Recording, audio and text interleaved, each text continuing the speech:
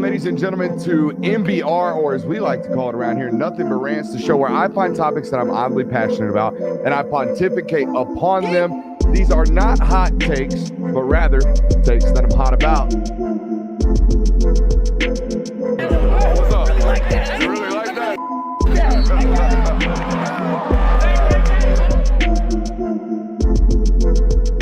Let's shut up and grind some tape. What is up, ladies and gentlemen? Welcome into the Film God Network on a fabulous Monday evening. It's great to start off a week of premiere content with you guys today. And I can't lie to you, I think we live in a content age. This is the age of content. Everybody and their mama got a podcast, all right? Everybody and their mama is out here, you know, earning and working for your attention span, okay? Ourselves included. We appreciate you for giving us your attention tonight, as always. But it is a super competitive world, man. It is a super competitive world in what I would call an attentionless society. That's what we have. We have folks that can't really hang on for like longer than 90 seconds to 2 minutes. That's what we train individuals to be nowadays on most of our social media platforms. And we hope and pray that we can convert them into YouTube impressions and podcast impressions and all these things that actually pay our bills. Like I said, it is a very competitive world in this content strategy world that we live in nowadays in 2024. So it makes it really, really hard for you as an audience member and even me as a content creator to kind of sort through the crap or sort through the nonsense or like just feed through the stuff that we get inundated with all the time and find the quality, right? Find the truth, find the meaningful in the content nowadays. And in today's story, or at least the stories that popped up today, man, there's a lot of validity being called into question, whether it be the validity of the truth teller or the person telling the story, or whether it be the validity of our sport that we cover. Hopefully it's the first, not the latter. But today's storyline was that an ex-football player, an ex-Vanderbilt quarterback, stated that, you know, he was approached by the mob to, you know, fix a college football game and was offered around $300,000, and then went on to state that, you know, all SEC football games were being fixed or were being rigged. That was the storyline we heard today from an SEC quarterback, Mo Hassan, who spent time at, I believe, Illinois or Northeastern school, and then transferred to Vanderbilt, and then transferred to Southern Cal, where he finished his career on the bench, and then kind of rode it out. Spent about 5 or 6 years bouncing around college football as kind of a backup. A second and third stringer at Illinois, a second and third stringer at Vandy, and then a second and third stringer at USC. Career-long kind of injured guy, career-long kind of never really played guy. In fact, the first headline I saw today was ex-Vanderbilt quarterback says mobster offered $300,000 to fix games. And then right underneath that, I saw headline 2, which was kind of taking shots at my boy Mo, said ex-Vanderbilt quarterback, comma, who threw 17 total passes, comma, claims mob so-and-so, you know, set up football games. So this is a football player who has not played a lot of football. And, you know, through the last 48 hours, this storyline popped up about him being offered X amount of dollars to, quote-unquote, fix college football games. And, again, when you're sorting through storylines and sorting through content like this, the first thing I always look for, boys, is why. Why is this story coming out? Who does it benefit? Why is it? What is its purpose, in other words, in the specter? And when something like this pops up, you assume this individual has said this recently, right? Yeah. That was my first assumption. Oh, buddy must have been out here doing some interviews recently and was just out here popping off and came out with this story. No, I sent you guys. I found the original clip. I did the investigative journalism today. Found the original clip of my man Mo Hassan sitting in what appeared to be a mock Bussin' with the Boys podcast setup. Looked like they had tried to recreate, all right, Bussin' with the Boys, and had him and his teammate and a British fella in this fake Bussin' with the Boys setup 2 years ago. 2 years ago, this man said this about the mob approaching him at a Jason Aldean's bar up there in Nashville. We've been to Aldean's. Sure have. Aldean's hella crowded. Yes. Aldean's would be a very tough place to conduct a covert operation unless you just assumed everybody was mic'd like the mob would be. You got a weird looking face on your face. Definitely not a bar that the mob is just hanging out Definitely not. Definitely not an Italian mobster joint, you would imagine. But nonetheless, my man out here for you know, years on end, okay, telling this story. And this story been silent. So before I even want to question the validity of this story, I want to talk about this. How and why is Mans out here talking about this on a podcast 2 years ago, okay? And it's up there for everyone's viewing, and it got no traction. It's titled, Mob Approached SEC Quarterback to Rig SEC Football Game. No traction. All of a sudden, 48 hours ago, the whole national reporters, all the national websites out here talking and running the Mo Hassan story. So why did it take 2 years, fellas, for no one to talk about this, and then all of a sudden everybody, ourselves included, to be talking about Mo Hassan rigging football games as a third stringer at Vanderbilt?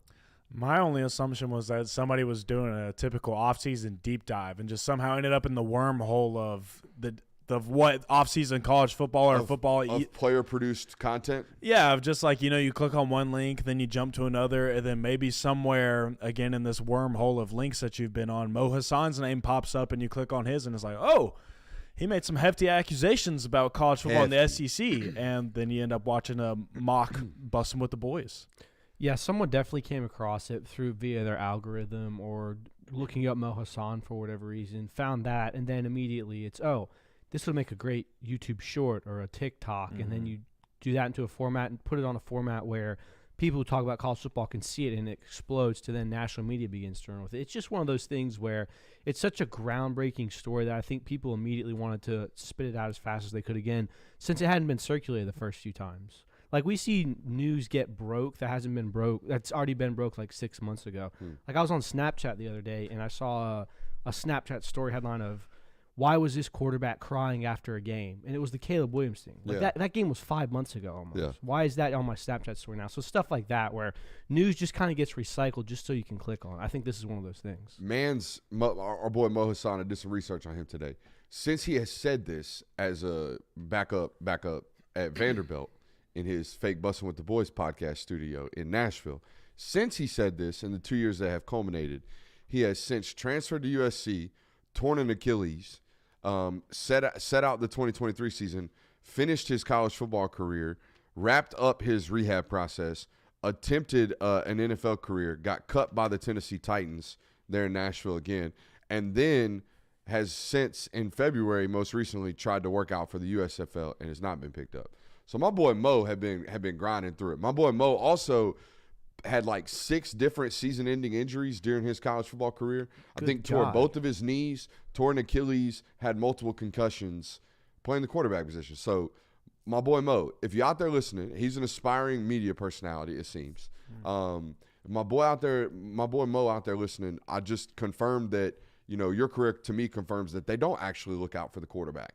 Because if they did, boy, he would have got out a little bit cleaner than what he did. Because I always tell my wife that. She's like, you always said you don't want him to play. Talking about Carter. I'm like, yeah, but I mean, only quarterback. Because they look out for him. Shit. Not based off Mo Hassan's the doctor report. Or what do you call it? Medical bio. Yeah, I mean, either you've got a terrible O-line or you're just horribly injury prone. So. Or the chat said, man's made of glass. Yeah. He has not made a cash because apparently he did not take this story. Do you believe this? Let's call into criticism of this story, because here's the deal. If you listen to the actual audio, if you don't just read the Outkick article that came out 2 days ago suspiciously, if you actually watch the audio, okay, you will find that Buddy is sitting in his fake Bussin' with the Boys studio, and he is talking about a story that his then current teammate was very, very uncomfortable listening to. His teammate immediately off the rip was like, hey, I want everybody to know I am not involved. I do not believe this. I am out. And he's over there just like talking like this the whole time. But anyways, Mo Hassan starts talking about this story about how he was at Jason Aldean's bar in Nashville on Broadway. And then all of a sudden he was approached by what was very obviously a movie-like depiction of an Italian mobster. Said he was Italian, said he had the whole get up and regard and regalia on and he looked like an Italian mobster. Walking up to him in the broad daylight in Jason Aldean's bar, tells him that, hey, all of the SEC games are fixed. We'll offer you $300,000 as the backup's backup to rig a game. You know what? I think there is some validity to this story, and I'll tell you exactly how there's validity to this story. I think he was approached by someone that looked like an Italian mobster. I think that the dude probably was actually Italian. I think that there were some bodyguards around him, And I think that he was told that he needed to throw the game tomorrow in order to receive $300,000. What he didn't know is that it was some slapdick's bachelor party. That way he was getting clowned on and he was part of a joke. That sounds like a typical, we're going to go downtown Nashville and dress like an Italian mob for your bachelor party, and this is what you have to do to for some stupid bet that they made. That's exactly what this sounds like. The odds of this being a prank are drastically higher than the odds of Mo Hassan telling the truth. What do you got? That's what I was saying. It's either he's just completely lying, or what Jay Will said, it's some guy who's like, oh, there's the quarterback for Vandy. I'm going to go mess with him. Watch this, guys. There's no way that a legit mobster came up to him and was like, hey, backup quarterback, throw the Vanderbilt Alabama game for us, and we'll give you $300,000. This was my question. Why would first of all, how would a backup quarterback throw a football game? Exactly. Yeah, that was my whole thought. You go in the game? Like, how are you going to go? You stake out a way to, like, poison the starter, and then all of a sudden you're in there? I mean, unless you pull give him food poisoning? Yeah, unless drop you some what do you call it? Eye drops in his water? Pre-game, pull wedding crashers? Do a Tanya Harding? Yeah, have him hugging the toilet? Plus, do a Tanya Harding. Out here breaking kneecaps. That's classic. Plus, like, Vanderbilt, Alabama, how is a Vanderbilt player? So that wasn't the accusation. The accusation was that all of the SEC games were fixed, and he said he didn't want to name any names, but he would name teams. He said Alabama was the team that this guy mentioned, and his teammate immediately was like, but wait, Alabama wins like all of their games. So Alabama ain't out here fixing games. By the way, I looked it up. Since 2010, Alabama has covered 55% of their games as a favorite against the spread. So if games were fixed in the SEC, the house would be losing on 45%, or winning, on 45%, losing on 55% of Alabama's games if they were actually fixing games.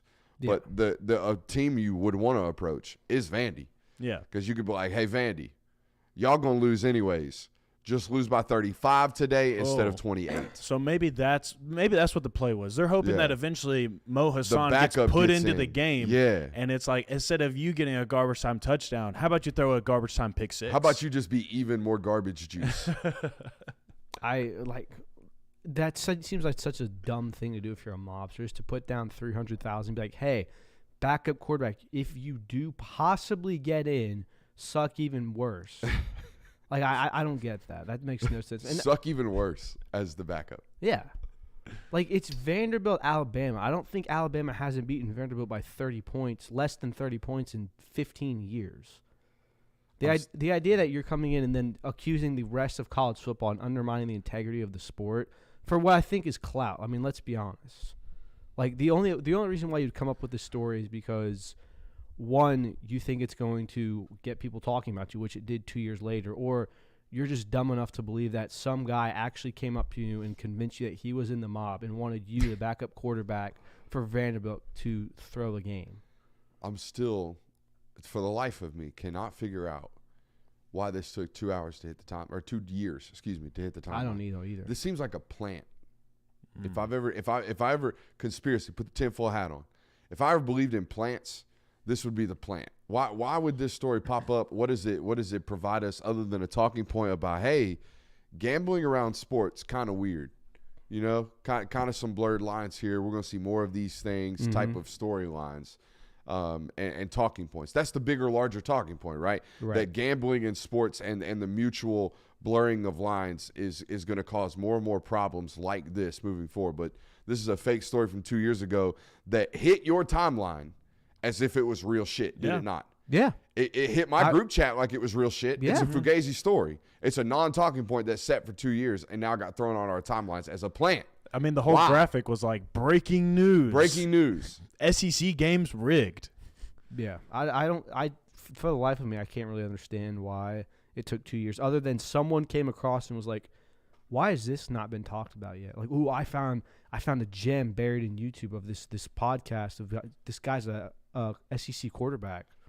Again, I'm not a conspiracy theorist. I'm just when people, I work within the machine, and when the machine spits out a random one like this as a collective machine, like, bro, not like outside of sports writers were writing about this one. The Foxes, the CNNs, the big ones Okay, the big, massive news corporations were writing about this plant of a story that was said, a fake story that this drunk dude at a bar, a third-string quarterback at Vanderbilt, talked about 2 years ago. Why in the hell are we talking about this now? I don't know. But again, I think it's worth talking about. Why? What's going on here? Welcome in. We got a great show for you guys. As always, it is loaded. It is a loaded show for you guys tonight. We're going to talk about whether or not the mob is still a thing. Because Kirby still thinks it's a thing. I don't think it's a thing. You think it's a thing? I mean, I know it's a Hold thing. it. Put a tab in it. We're gonna get to it in a second because still a thing. I didn't know it's still a thing. We're going to find out about the mob tonight. We're going to get a history lesson from our boy Kirby. So that's great. Is it a down year for quarterbacks? My kind of initial scanning of college football tells me it is. I think this is one of those years that we have once out of every, 3 or 4 seasons of this sport where there's no hey, that guy's obviously going to be a top 5 pick in next year's NFL draft. It's one of those years, and we're going to discuss that a little bit tonight. Brock Vandagriff had a story come out about him this week, did a little sit-down interview up there at Kentucky, and it gave us some interesting talking points. Want to talk about and define kind of what success looks like for him at Kentucky this year. The summer portal window is going to open up after spring practice. I know spring practice, guess what? Missouri plays their daggum spring game this week, okay? This week. Spring practice is already wrapping up for some folks. So that portal window, it's going to start getting active, believe it or not, relatively quickly. But how active is it going to be? We're going to talk about that a little bit tonight. And why is FSU the only one? Why is FSU the only one out here wilding? Because there should be more teams out here wilding. Before we get into too far tonight, I want to ask you guys real quick, give a quick shout out to our friends over at Prize Picks. If you haven't noticed the beautiful logo up in the Other that corner? side. In the top left-hand corner, top right-hand corner of your screen. One of those mirrored images things, kind of things. And your boy CTE brain just don't do that kind of stuff. No, I don't get that. Spelling and mirrored images and general retention other than numbers. Mm-hmm. I'm like Rain Man when it comes to football stats. They just hold into my brain, and then everything else gets spit out. One of those things, mirrored images. Shout out Prize Picks. If you head over to prizepicks.com, use promo code Brooks today, you get a 100% deposit match. And guess what? It's a great thing. You get it here on a Monday. You sign up today, and guess what? You get that 100% deposit match, and then boom, Taco Tuesdays tomorrow. Going to have a lot of good lines for you to put some quiche down on tomorrow over there on Prize Picks. Make sure you use promo code Brooks for a 100% deposit match today. Okay, make sure you're doing that. You claim it. Defend it. The mob's still real? Yeah. I mean, it's not what you saw in the 30s with, Prohibition and stuff like that. It's not like what Mo Hassan thought, where dude's going to walk up in slacks and a top hat, a goofy, white bowler shirt, white and black bowler shirt on, tucked into his belt loop, slick back hair. No, I mean, hey, wise guy, come here, brother. Yeah, with, the development of, RICO charges and everything, and sports betting becoming legal in, 40 states, the power that you have from a mob has significantly decreased to the point where you can be a mob, you can have organized crime, but RICO charges and everything have made it so hard to do that. So there's still union workers and heads of certain things that have power in certain aspects that could rough you up in certain instances, but it's nothing like we saw in these movies that you see. Where so general research today told me that, like you mentioned, RICO rules, which kind of means you can get the head honcho for the crimes that the peon does. Yep. Essentially, RICO laws basically kind of did away with organized crime. Now it's more gang affiliation related, and gangs handling business within their own general turf. But you did mention the sanitary department. Apparently, up there in the Northeast, the mob's still out here taking bats to folks' heads for not using the right sanitation department. So that was the last charge I found on anybody related to the mob was basically somebody making threats because their trash and transit territory got kind of impeded upon by general businesses. But basically, RICO has done away with the mob that we thought. Yeah, they don't have the power that they had 50 years ago. So who's out here controlling Vegas, and who's out here controlling all the things that the mob didn't they initially create to launder money? So who's out here running these sanctions? Yeah. Actual sanctions. It's all sanctioned things. It's all sanctioned now, so the government took it over. Pretty much, yeah. So the government did away with the mob by taking over their job. Pretty much. Shout out to the government. I mean, there's probably still a bunch of people connected to the mob that own casinos and things such as that, but that's such a small compared to what goes on nationally that they have no power nowadays. I found an article today that was an old mobster was doing back in my day, we didn't afraid to bust a cap in nobody. Nowadays, all these new mobsters, they're not out here willing to bloody up their hands. Apparently, man's had like 19 bodies on his on his count. So World's gone soft. yeah, mobsters. Apparently, y'all are soft. I didn't say it. One of your old heads did. One of the OGs did. So, and then there were some derogatory comments that were published in the article that I was reading, and I was just like, all right, I'm done with this. So it'd be like that. Down couple years, down couple decades for the mob. The mafia and organized crime. Yeah. Transition. Down year for quarterbacks in college football? I mean, the outlook from it right now, it doesn't look great. I mean, it's Carson Beck, Shedeur Sanders, Dylan Gabriel could throw his name out there, Quinn Ewers. But other than that, it's not like you don't look at that list and go, okay, I can see 3 guys that are for sure first-round locks. I mean, Carson Beck, I feel like, is one of the only ones on that list where you can go, he should be a top 32 pick in this year's draft. So here's what threw me for a loop today. One of my favorite websites as of late is this mock draft database website. I think it's awesome because I always want to know, because I'm not out here grinding the whole draft circuit. I don't know what NFL beat reporters think. I don't know what NFL reporters think. I don't know what NFL draft guys think until I start doing some draft mock drafts, right? Like what we think of college quarterbacks as college reporters and people who cover this game, and especially football observers, we might think of it differently than what NFL draft experts think and look at this stuff. And not saying theirs matters more than ours, I think, but eventually it kind of meets in the middle, right? I think, Jaden Daniels is a guy that kind of was, hey, college guys knew about him.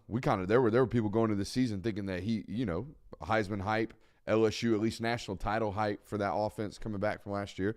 And then he kind of didn't have a bunch of NFL draft buzz. And then towards the end of the year, they kind of meet in the middle. Where am I going with this?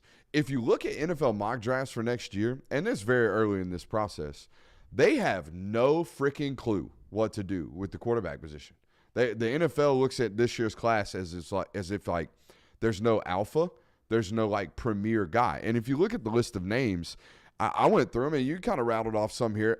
I know of 2 guaranteed. I know that guy's going to be plus 70% completion percentage, put up over 4,000 yards, guaranteed to be a first-round eval next year. To me, that's Carson Beck, and that's Quinn Ewers. And then after that, we look at, hey, can Shedeur Sanders have enough around him to put up a great season? I'm with you on that one. And will Jackson Dart remain healthy? Okay. And then after that, it's real legitimate questions. Can Dylan Gabriel pick up the system at Oregon, right? Will Drew Aller actually, turn into something that everybody thinks he is? Is Connor Weigman going to return from an ankle injury? What does Texas A&M look around him? Riley Leonard, what is that going to look like again this year at Notre Dame, right? The second year in a row. Tyler Van Dyke, guess that school, Wisconsin. What's it going to look like? Oh, Cam Ward just replaced him at Miami. What's that going to look like? KJ Jefferson, UCF, right? There are some really, really talented college quarterbacks. But if you look at the landscape, where's the elite one, right? And we looked it up before the show. There are years of this where the NFL draft kind of looks at the college quarterback ranks and it's yeah, y'all guys put up great stats. Y'all are good college quarterbacks.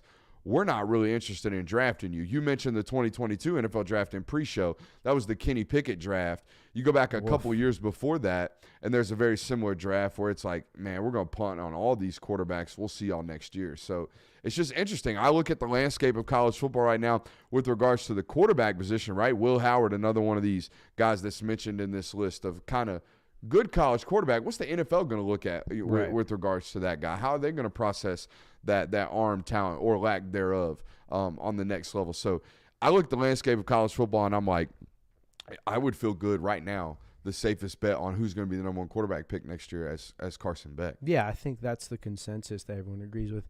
And, I mean, we're so early into the season that it's kind of unfair to say, this is a down year for quarterbacks. I mean, this time last year, I highly doubt people were talking about Michael Penix and Bo Nix as top 50 picks. So I think that there's going to be someone that emerges from that list that we know. I mean, Brady Cook's another guy that could have a monster season and earn himself a first-round pick. So I think there's a lot of potential in this class, but I agree with you. That's not like you look at it and go, oh, there's the guy, there's the Bryce Young, or there's the Caleb Williams that just wait till he comes in the NFL draft. He'll be the number 1 pick. Well, I think, too, when you look at previous classes, Caleb Williams had already won a Heisman before he was draft eligible. Bryce Young had already all these names that you kind of think of these number 1 overall picks are these certified dudes that everybody knew. people were going to be taking at high picks in the draft, they kind of had already established themselves. Now, you could make the argument that Quinn Ewers and Carson Beck have both kind of already established themselves as the upper tier of college football. But I think, again, it goes back to that sample size. And, I mean, Quinn Ewers has the most sample size, it seems like, but there's still just questions kind of looming around him. So I think it's just more so we just need some questions that need to be answered in 2024. I look at the landscape of the position from an NFL perspective, and I would tell my staff this right here. If we need a quarterback over the next 24 months, we better draft in this class or just punt on the next one and then get one in 2020. What would that be, 6? Yeah. Right? Because you're looking at guys like Jackson Arnold in that next class, Nico in that next class, you would imagine. So just project on into more of a traitsy class. All these guys that we're talking about, not a super elite like 5-star tool bag in this one. You know what I mean? Like Carson's a 5-star up shoulder evaluation, 5-star arm strength, arm talent, arm ability, accuracy, all that good stuff. But he's not like an elite specimen. You know what I mean? Like Quinn Ewers definitely not in any of those discussions. Same for Shadur. I think if you look into more of like NFL pro-ready prospect type bodies, you're looking at like a guy like Connor Weigman, and good God, does he have a lot to prove before he's in this discussion of first round. So it's an interesting landscape for me of where we're at the position where it seems like there's 12 to 15. That guy's going to be good to really good this year in college. Will it work in the pro game? That's just kind of where we are over the next 18 months at this position, in my opinion. Yeah, and I feel like the more I think about it, like I think we are always at this spot more than usual. Obviously, there's outliers. There's Bryce Young. There's Caleb. There's past Heisman winners where it's like, okay, he'll be a top 10 pick when the time comes. But to me, there's not even like a Drake May in this group right now. You know what I mean? Yeah. Like where it's like he's a clear cut too. Yeah, hey, top 15 pick. We'll see. He's just got to survive this year. Top 15 pick. We saw enough in the first 14 starts as a freshman, 14 starts as a sophomore. We can tab him. We just got to wait for him. I don't feel like there's when's that guy's draft class coming up? You know what I mean? We haven't seen one of those guys recently. No, and I think that's a fair statement to say. I think it's just because what we've seen in transfer portal and guys getting that 5th and 6th year of eligibility, people are staying longer. So you're seeing more instances like Dylan Gabriel or Bo Nix last year. I mean, but you also have to think about people didn't really come in and say, oh, Joe Burrow is going to be the number 1 overall pick, or a guy even like Justin Herbert. Like it was always, Trevor Lawrence and stuff like that, where guys kind of earn this first round spot as their final season goes on. So where it stands right now, you're right. Absolutely. There's not a lot to be like, ooh, I can't wait till next year's draft class, but we're 15, 16 games. That's going to change a lot. It'll definitely be something for us to track as a show where, dude, I looked it up today. Do you know who and I know I just play dumb here. Do you know who the number 1 quarterback is on this mock draft? I still don't remember anyway, it. You still don't remember his name? No. All right, chat. His name is Curtis Rourke. He's going to play for Indiana this year. He is the most consensus number 1 quarterback drafted in 2025. I can't believe I'm saying that. He's a transfer from Ohio. Played at Ohio. He's transferring to Indiana. NFL mock drafters are like, I want me some I forgot his name, Curtis Rourke. That's what they want. Curtis Rourke, if you told me you had to draft a quarterback, I don't care what Curtis Rourke's highlight tape looks like, Curtis Rourke's name will never be a top 5 quarterback. You're struggling with that name. It's hard to say. It's not a quarterback name. Just like I'm a firm believer that you can't just be drop dead ugly and be a good quarterback. It's impossible. You can't. I would name some exceptions to that. Off air. Off air? You don't want to call nobody I don't out. want to out the guys. Yeah, like, you're I feel like, that's man's ugly. I feel like that's man's rude. ugly. Yeah, we don't want to turn this into the originations of Facebook out here grading men based off their looks. A point, too, to this conversation is I feel like the typical QB producers don't exactly have a name right now that's on the loom of being one of these guys. Like Clemson, Klubnik didn't really pan out. Doesn't look like he's going to be one of these top 15 picks. Ohio State, Alabama, Jalen Milroe, you're a good college quarterback, but not exactly banking on you making it big in the NFL. Ohio State, McCord didn't work out. Maybe one of these next guys that you got in become this, but as of right now, not seen it. USC doesn't have one of these guys right now. A lot of these typical QB producers in the college realm aren't exactly producing them this next year, it seems like. You know what? I would say about once a show nowadays, one of the boys over here just adds a take in that I'm like, God dang, beautiful addition to the conversation. That right there, beautiful addition to the conversation. You're right. None of these traditional, we put a dude out, just wait, our system's going to make them kind of guys. It just hasn't happened. Oh, man. Kenneth Crosby, Cameron Rising has entered the chat. Sir, Cameron Rising. He's right there with Mo Hassan when it comes to injuries. Cameron Rising about to just take A.J. McCarron's job in the USFL, and he going to be out here beer snaking with folks midway through the third quarter. He's got USF or US or what is it? United States Football League now? What is it? Something like They that. merged. UFL. It's UFL. The United Football League, I believe. Dwayne The Rock Johnson going to be out here signing Cam Rising's double knee braced ass before you can even blink. Good for him, though. Good for him, though. It's going to be great. It's going to be fun. All right. So just an interesting year, nonetheless. We're going to have to pay attention. We're going to have to pay attention to this quarterback conversation and see what's going on the rest of the year. And who knows, maybe this time next year we got 5 guys mocked in the first round because it's one of those positions that guys just can't go without in the league. Definitely can't go without drafting because it resets your chart. It resets your timeline every single time you do it. Guys, pretty famous in this area quarterback transferred this offseason, this December, to the University of Kentucky from the University of Georgia. Former 5-star guy by the name of Brock Van Der Griff, transferred from Georgia to Kentucky this offseason. A pretty big storyline, and he's going to be the guy out there. And just like the Saban stories we had last week, right, every time one of these big storylines happen, the juicy stuff, the good detailed story doesn't really come out until like 5, 6, 7 weeks after whatever story happened, right? So we got it. We finally got it with Brock Vandagriff. We got a detailed sit-down interview, okay, with the one-on-one. Brock Vandagriff and our guy Connor. How did we decide on the pronunciation? I'm rocking with O'Gara. We'll go O'Gara. I wanted to go O'Gara because I think my man is definitely Irish or has some type of Irish in him. But anyways, Connor O'Gara of Saturday Down South did an interview with Brock Vandagriff, and we do the reading around here. But I wanted to plug this. Okay, we do the reading so you don't have to. It's a good read. Okay, Jonathan read it today. I don't know if you 100% read it. You skimmed it, so that checks out right there with everybody. One reader, one skimmer, and a guy who's going to read it for you. Modern journalism right there for you in 2024 in a queue. But anyways, we do the reading for you. You should check it out. Connor did a great job, as did Brock in his first real deep dive player profile. I got 5 things that I took away, and I don't know if you took anything else from it, but I'm going to bring it to you. Again, we do the reading so you don't have to. Make sure you hit that thumbs up button, like, subscribe, rate, and review. All right, first and foremost, Brock Vandagriff, obviously kind of known for having long, luscious locks during his recruiting days. During his time at Georgia, he even had the long, luscious flow, got a haircut, but always had a big, thick beard. A big, I'm actively killing shit in the woods type beard, right? I'm actively stowing that dip spit in my beard type beard, right? Yeah, good stuff. Anyways, I don't think he was a chewer, but nonetheless, it looked like that, right? Had one of these long flows and long beards. Immediately cut, trimmed, clean cut, nice professional look the moment he got to Kentucky.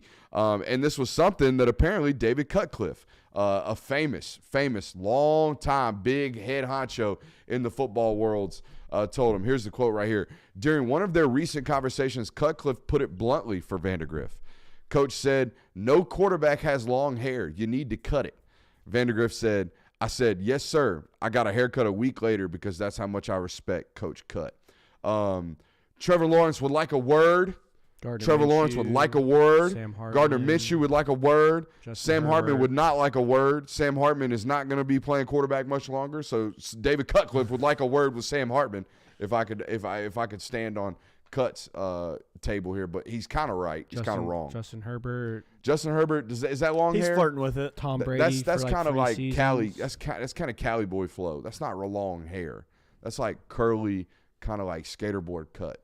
No, it's long. I mean, it's like shoulder length. Can you put it in a ponytail? Yes. I think he's top knot, half down. So I'm gonna go no. He's a man bun guy. Tom Brady in like 2011. Went through a stage. Definitely remarrying Giselle at that point right there, or divorcing his first wife, getting with Giselle. So definitely even an Quinn experimental Ewers stage cut his there. hair. Quinn Ewers did cut his hair. Quinn Ewers found had a Jesus mullet, though. better football player. So the haircut. Oh, Jesus had long hair. That solves everything. So Cut's out. Cuss wrong. He didn't really have the option. Or at though. least modern portrayals of Jesus say he had Yeah. long hair. That's what they say. But also, like, not really barbershops. If around if that Jesus time were a period. 5-star quarterback, he would have to cut his hair. Is that what Cutcliffe Are says? you telling Jesus he has to cut his hair? They're telling Brock Vandegrift to cut his hair. He was football Jesus in the Northeast area at one point. Nah, I wouldn't have cut it. I wouldn't have cut it either. But I was a bum in college. I looked like I was not ready to lead an organization. That's the first thing I learned. David Cutcliffe told him he needed to cut his hair. Mm-hmm. Are we of the belief, though? I'm a firm believer that, come on, put it together. Like, cut your hair, clean your face, look presentable. You're the leader of an organization. Do you believe in such nonsense?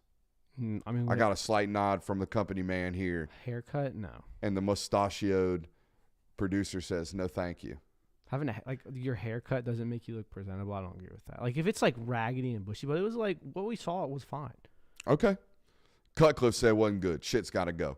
And Cut said, no hair, got to go. He cut it. That's first thing I learned. Second thing I learned, Georgia made him stop lifting. This was an interesting point. He hit 305 on the power clean, which is a college PR for him.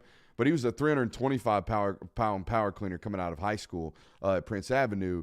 And apparently he started throwing mad weight around at UGA, and UGA was like, hey, the quote is, but when I got to Georgia, they were like, hey, we're not trying to be a power lifter. We're training to be a quarterback. Makes sense. Yeah. But now he's back into like getting juicy and getting strong. I don't want my quarterbacks lifting heavy, do y'all? No, I mean, again, it's Unless you're Jalen, unless it's part of your game. If you're Jalen Hurts, Yeah. squat your ass off. Go for yeah, it. whatever you want to do. I mean, I guess I get it. Like, kind of work the motions and work the body parts that you need to that are going to maximize your talent of what we need you to do. I feel like lifting heavy isn't a problem, but you need to still prioritize mobility. Yeah. Like it's fine if you want to go out and squat 400, but you also need to make sure you're doing exercises to keep your hips and your core not from just being stiff. Yeah, I don't. That's a great point. I don't mind that Jalen Milrose jacked as shit. I mind that Jalen Milrose stiff as shit with his throwing mechanics.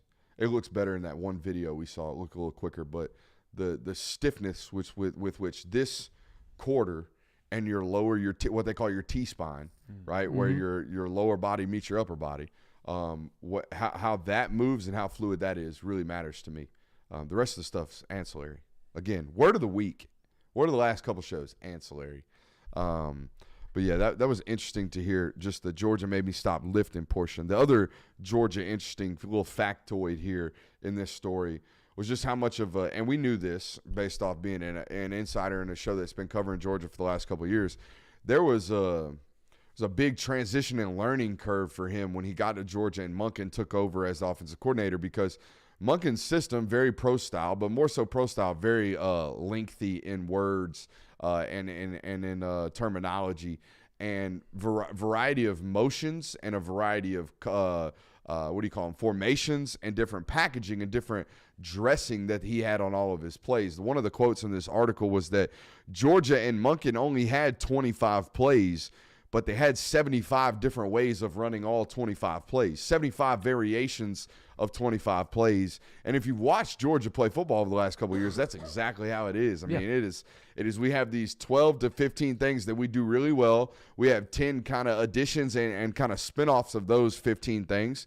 And we're going to do them out of a variety of different packaging and a variety of different looks and a variety of ways to get to those. So that, to me, was a kind of confirmation of what we've seen on tape. And you can imagine as a young player coming from a system at Prince Avenue, and it is a lot of it's high prolific, put up state record type of stats in high school, but it was very red 5, yellow 6. You know what I mean? We call this, we get on the line, we're here. That's the kind of, and then we give one of these, kind of like an adjustment from the coach. Everybody lines up on the ball. Boom, Logan Johnson's got the whip route. We're running the vertical from number 2, and we got a dig for number 3. All over here, work this read. If Logan doesn't get open immediately, if the safety pulls down, we're hitting 2.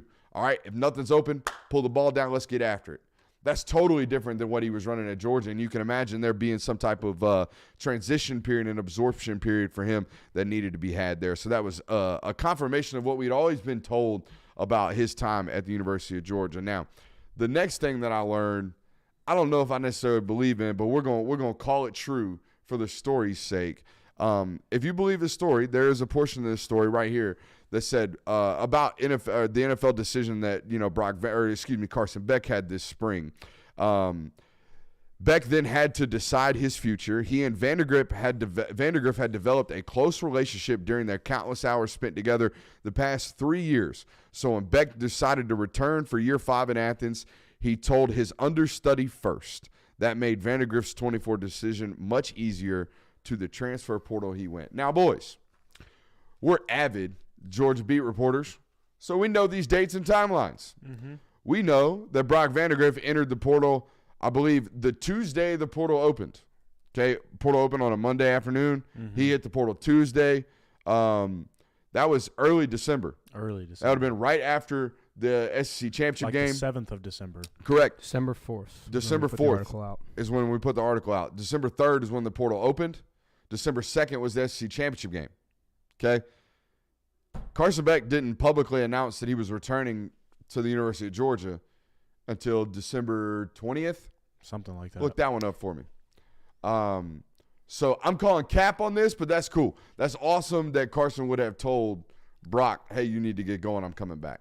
Yeah, I mean, the only way that, the dates could align is that Carson went ahead and told Brock at the beginning of the month, like, hey, I'm coming back, and he just sat on his decision until the end of the month. Because, everybody kind of made their decisions known to the public at the same time of, whether they're going to the draft or whether they're coming back another year. They all kind of happen at the same time.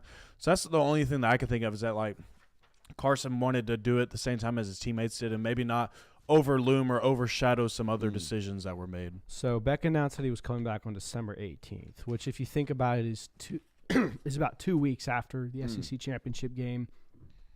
So it is likely that he did say, hey, after that loss, listen, I'm running it back. I got to go back and finish the season the right way, which then prompted Brock Vandegrift to leave. So I think it's possible.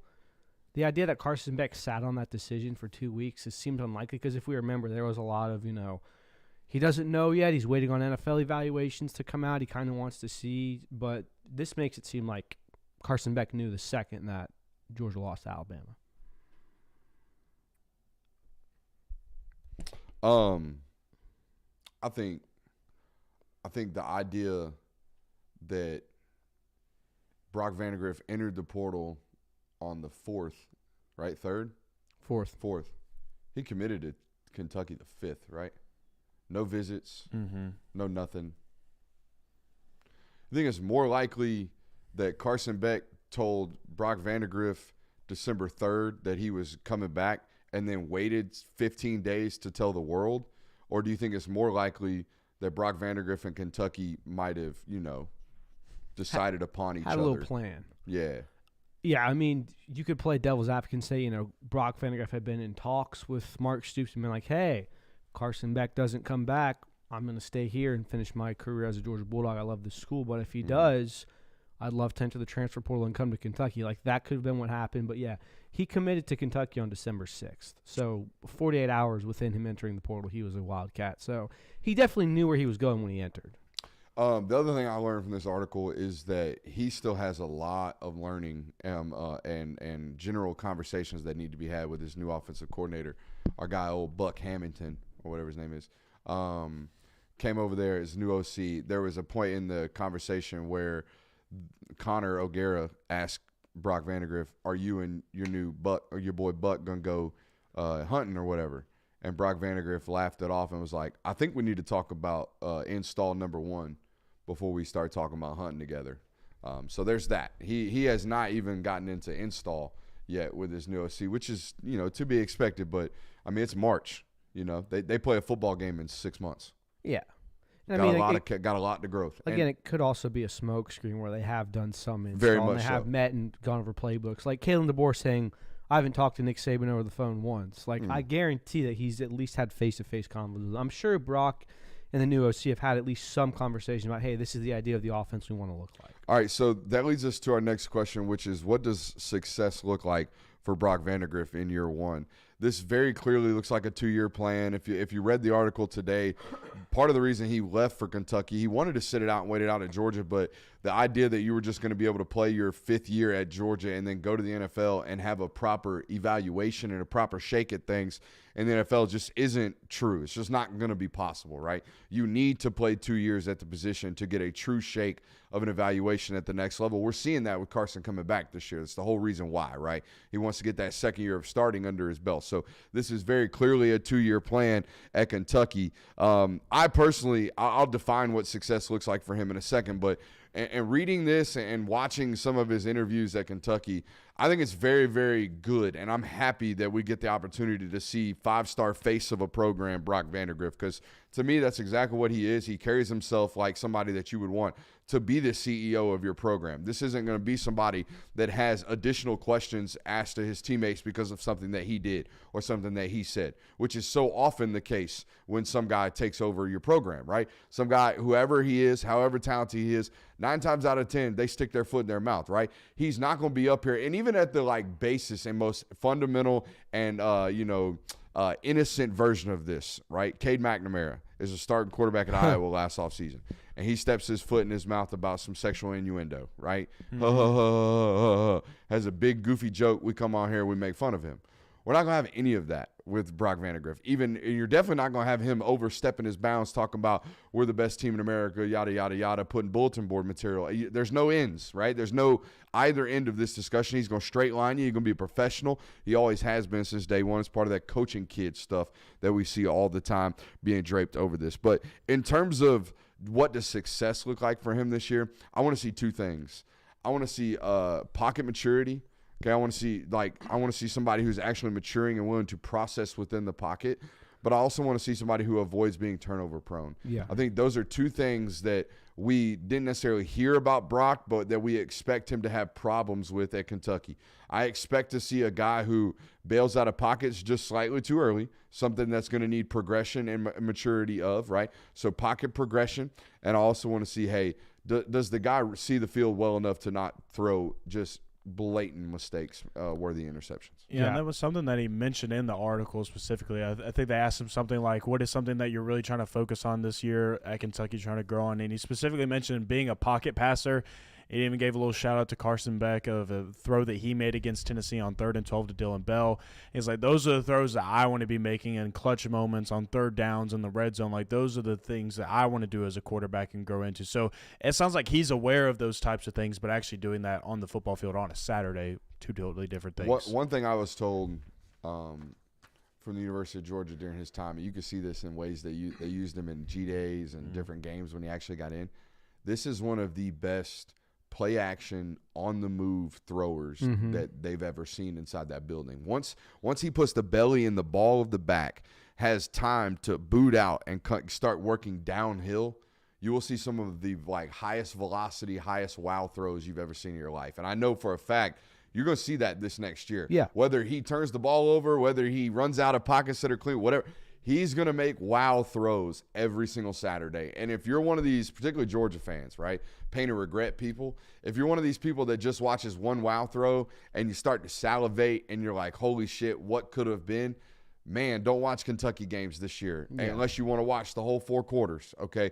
Because there's going to be some, that's why, right? That's why he didn't beat out the other guy. There's going to be some of those, but every time you watch this guy, he's going to put something on SportsCenter. This is one of those dudes. Yeah, going back to what I think a successful season for him is, I think it doesn't matter what you do numerically. It doesn't really matter win-loss-wise. I don't think that really matters. I think do enough to make people say you're one of the best quarterbacks coming into 2025. Will Levis had a pretty pedestrian year, all things considered, in 2021. But when 2022 came around preseason, hey, Will Levis is one of the best quarterbacks in the SEC. He might be the first overall pick. Remember, there was a mock draft where Will Levis was going number 1 overall. I think if Brock Vandagriff displays the talents he has and kind of shows teams and turns heads of scouts and certain NFL media analysts to go like, hey, this Brock Vandagriff kid, he's a first-round talent. I think that's what would make a successful season for him. I don't know if that's throwing for 3,000 yards. I don't know if that's throwing for 35 touchdowns. I don't know if that's rushing for 1,000 yards. But doing something to turn the heads of people and kind of make you a first-round question. And by the way, from all indications of what he did inside the building when scouts were already there, they're well aware of how traitsy this guy is. Mm-hmm. And traits will get you drafted no matter if the film doesn't. Joe Milton will prove that this fall or this spring. Yeah, I was going to say that, honestly, he just needs to show the traits, just flash enough. Yeah. I mean, that's really what Will Levis did. And, Brock said in the article that's kind of what he's already doing to himself is he's kind of comparing himself to Will Levis, not trying to be what Will Levis was, but more so just the track of what he did at Kentucky, kind of following that 2-year game plan of what Levis did at Kentucky. But, yeah, I think just, flash enough, be on SportsCenter just enough, do enough of those things to make NFL organizations and GM say, like, you know what, maybe he's not day one for us, but maybe in a year, after a season or a season and a half, that guy might be our QB1 because he is this traits, and maybe we can be that guy or that organization that gets him into that spot. Hey, make sure you're hitting that thumbs up button, like, subscribe, and rate and review and all that good stuff. If you missed any portion of tonight's broadcast, it is and will be made readily available for you on all your podcast platforms as of late. We've had some issues with that as of late. We've gotten it cleaned up, so don't worry about that. Don't be blowing my mentions up talking about where's the pod. I appreciate you asking it and needing it and wanting it. We got it for you right now. Here's the question, boys. Coming up, okay? We got a spring practice evaluation period coming up. We got all this good stuff. We got some depth chart movements. We got some quarterback battles. We got all kinds of things going around college football. We also have a spring portal window that opens up after spring practice. Immediately in the conclusion at the end of May, I think it's the end of April, 1st of May, there might be a second portal window to open. But here's the thing. There's going to be a lot of football teams, or at least a lot of fan bases this spring, that look at their roster, see a hole, and they're like, hey, maybe we can grab something out of the portal. And I don't know if this is a talking point for tonight as a segment as much so as a PSA for everybody listening. If you think you're going to go find impactful football players in this next window, right? Say you're, I don't know, Michigan, for example, and you have a returning quarterback that's 6'5", he's 245 pounds, and he's B.J. Orji. Is that his name? Orji's his name. It's this running style quarterback. Well, if he's turnover prone as shit in spring practice, then you got to look at Jaden Davis and say, do we scar up a freshman or do we go portal hunting? And a lot of your fan base is probably going to say, let's go portal hunting. And I will say, there ain't going to be a lot in there. Not what history tells us. History tells us that last second portal window, basically all that was available was Bear Alexander and some nothing. Yeah. In fact, I looked at it today and went back and looked at the 2023 transfer portal and looked at the dates, did most recent, right? So went all the way back to mid-May or late April, mid-May, when the second portal window opened. And, guys, I kid you not, there were more circles with a question mark in it, meaning like this guy didn't find a new home. There were more situations of that during summer portal entries than actual landing spots, and there definitely weren't impactful football players. Like I said, the only impactful football player was Bear Alexander, who entered the portal the day of spring practice or Georgia's spring game. Yeah, like an hour before the spring game started. It was morning news. Mm-hmm. I wrote the article from the stadium because it was a noon kick. Mm-hmm. And you know me, I'll be there at like 10 a.m. So actually, I think you wrote it at we wrote it at the Creature. I wasn't gonna say, but I wrote it at Creature Comfort. Oh yeah. We were doing G-Day Players Lounge event. Yeah, none of that going on this year. Oh, boo! I don't think we're gonna do anything like that.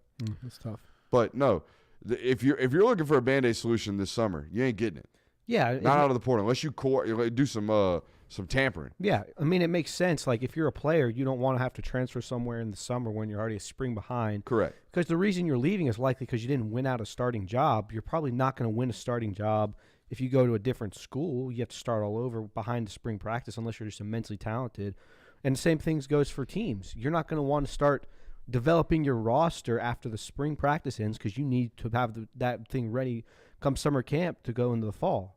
Like, it goes both ways. Like, the rosters are filled up because teams need them, and players aren't going much anywhere. So there's not a likelihood that you're going to find the starting quarterback in the summer. Yeah, I mean, it puts not only the coaching staff in a weird position, but also your players, because you spend this entire spring practice period of searching for these answers that you're trying to find. If you're at a position of need, trying to find out who your guys are going to be, and then you leave as a coaching staff saying, okay, well, this is who we think our guy is going to be here at our number one defensive back position, and your player probably feels that way too based on how the depth chart was throughout the entire spring, and then you get into this last half of the transfer portal. It's like, well, we can go get this guy, and now we're going to bump back this guy that just worked his tail off all spring to be the starting job, and now we've just completely flipped over our depth chart, and now we got to teach this new guy what we do as a defense and everything. It just throws everybody for a loop for no reason. Yeah. Just it makes you almost wonder why it's even there. Like, why not just make it one window and put that sucker at the end of the season? Yeah. Put it like right before the national title game, basically. Ooh, that would make things hectic. Put it sometime. One window, and here's why.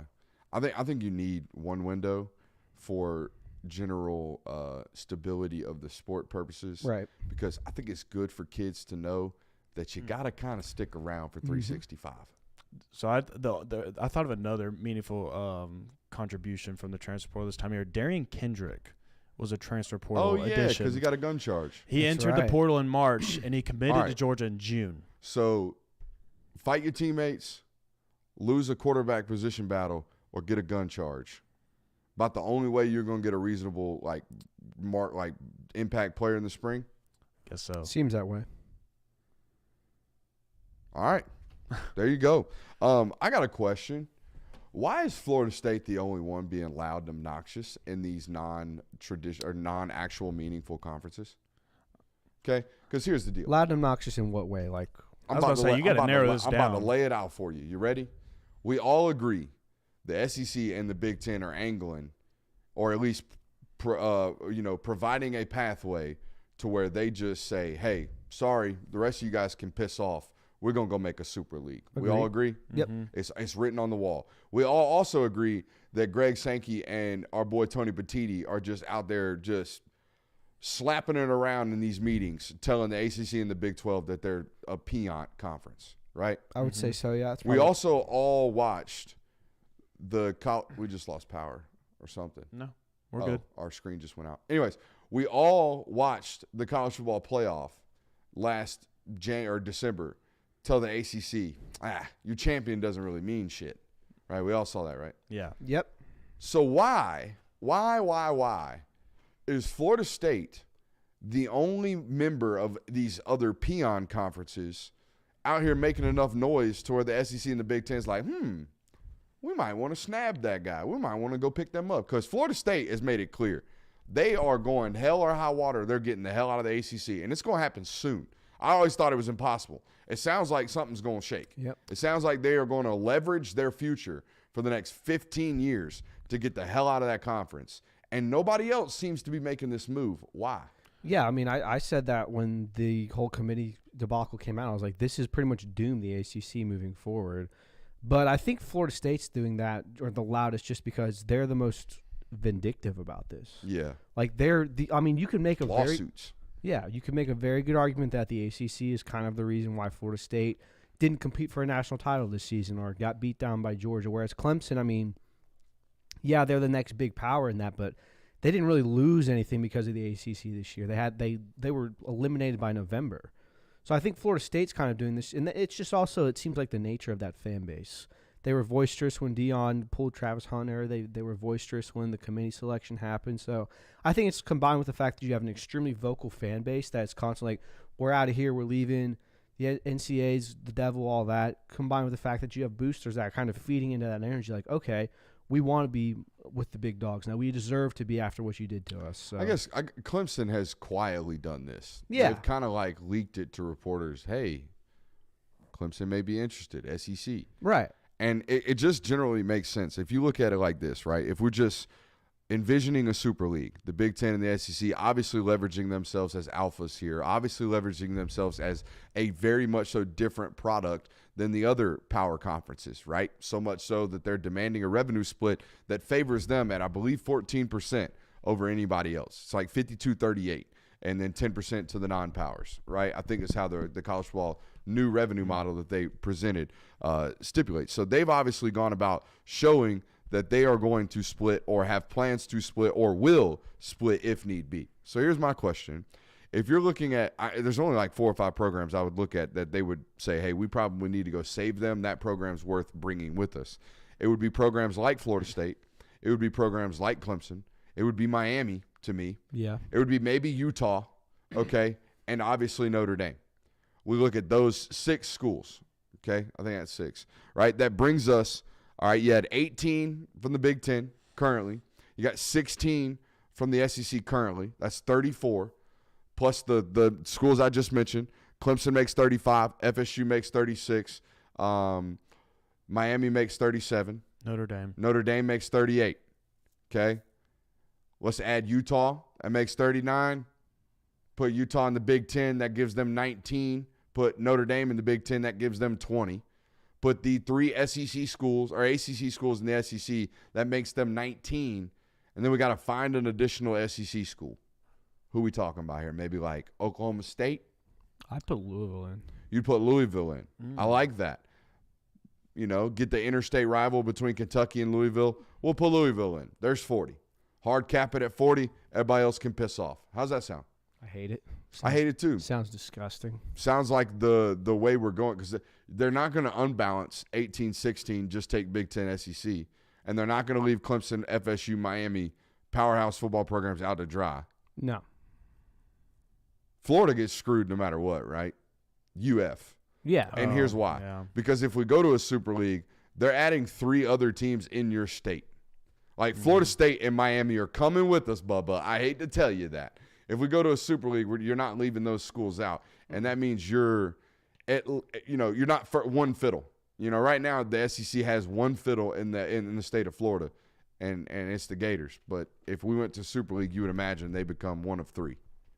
Yeah, I mean, then you could, like, think of scenarios where does Florida threaten to leave the SEC, but that's no one's leaving. That's suicide if you do that. Yeah. So it's very interesting. It's very daunting, honestly, to think about how what you just listed out is probably a very real possibility within the next 5 years, where you just basically get the conglomerates of college football now to say, okay, we're going to take all the teams we think are worth a damn. Everyone else can fight for themselves. The reason I've been hitting this topic of college football realignment and the structure realignment so hard is because you say within the next 5 years. Guys, we have no governing body right now. Nothing. If there is a decision to be made, the SEC and the Big Ten just kind of say, hey, this is how we want to do it, and then everybody else just kind of puts up their bickering hands and say, but what the hell? We have no governing body, which means within, I don't think it's 5 years. I think it's within the next 18 months. If something doesn't save this, it's blown up and made anew. Because you know what's not going to happen? The schools that can't compete with uncapped, roster acquisition strategies, the teams who can't compete like that and don't want to compete like that and actually prefer their sport to have rules, which I would imagine is the majority, not the minority, right? Eventually they'll say, hey, if even we have to go create a new on our own, at least the new will have a governing body. We're not just going to walk through the desert with no leader, all right? I would imagine that doesn't take 5 years to happen. I would imagine they're fed up within 18 months. So, yeah, I was just honestly wishful thinking on my part. I'm on that end too. I hope within the next 18 months somebody just steps in with a real clear head politically and says, hey, the NCAA clearly can't do this by themselves because of antitrust lawsuits. Well, why don't we just collectively bargain a revenue split, a percentage share for these athletes, have them sign over their antitrust, have them sign over their name, image, and likeness, and we'll just mandate the NCAA is allowed to do that. Put it into action immediately. A little something called an executive order. I don't know. Just talk a little politics here on the show. God forbid. We have a whole nother hour. Let's roll it.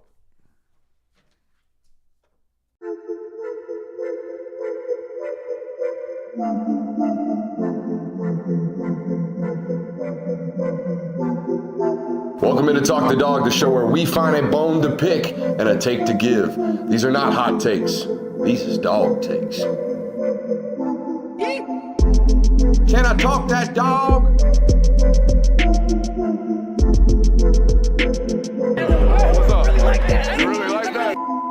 Let's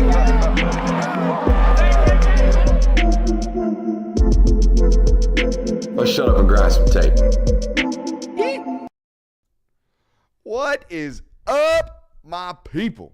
Welcome back in for our second hour. We got a loaded one for you. As always, I don't know if you know this, but spring practice officially starts for the University of Georgia tomorrow. Mañana. Okay, tomorrow I will be in the fine city of Athens, going down Millage tomorrow at about 10:45, because at 11:15 we got player availability. At noon we get the boss man, CKS, going to talk to the media, give us some pearly whips. You would imagine he's in a good mood tomorrow. And then Tuesday or Wednesday we get pro day. So we are here.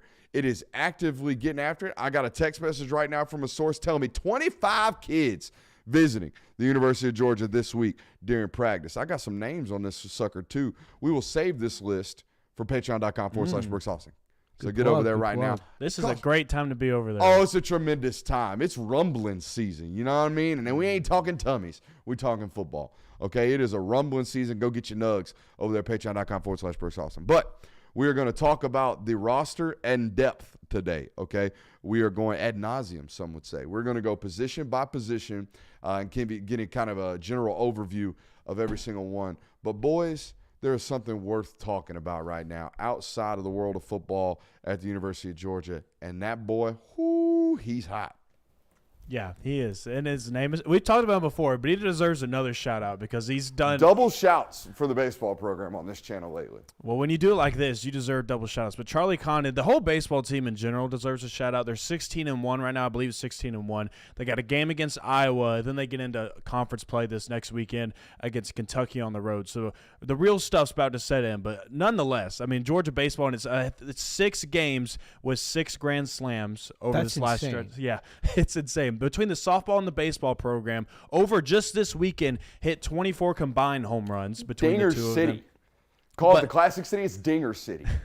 But overall, just kind of rattle off and tell you how impressive Charlie Condon has been this year. He leads the country, the nation, all of college baseball, and batting average, on-base percentage, slugging percentage, OPS, hits, home runs, and runs. He has 12 home runs on the season already. He hit 3 this past weekend for the Dogs. I mean, just lighting it on fire. It's been a joy to watch. They've been an exciting team to follow. Even though they're not ranked, they're still one of the more exciting teams just because of how hot their bats are. Like 551? Yeah, he hit one like 5, around that range. Insane. 112 exit velocity. Dinger City, Athens. So 24 home runs this weekend alone. Between the softball and the baseball team. program. That's nuts. That's nuts. Dip, dive, and drive. You know what I mean? Dip, dive, and drive. Get up underneath that ball, baby. We're swinging for the fence nowadays.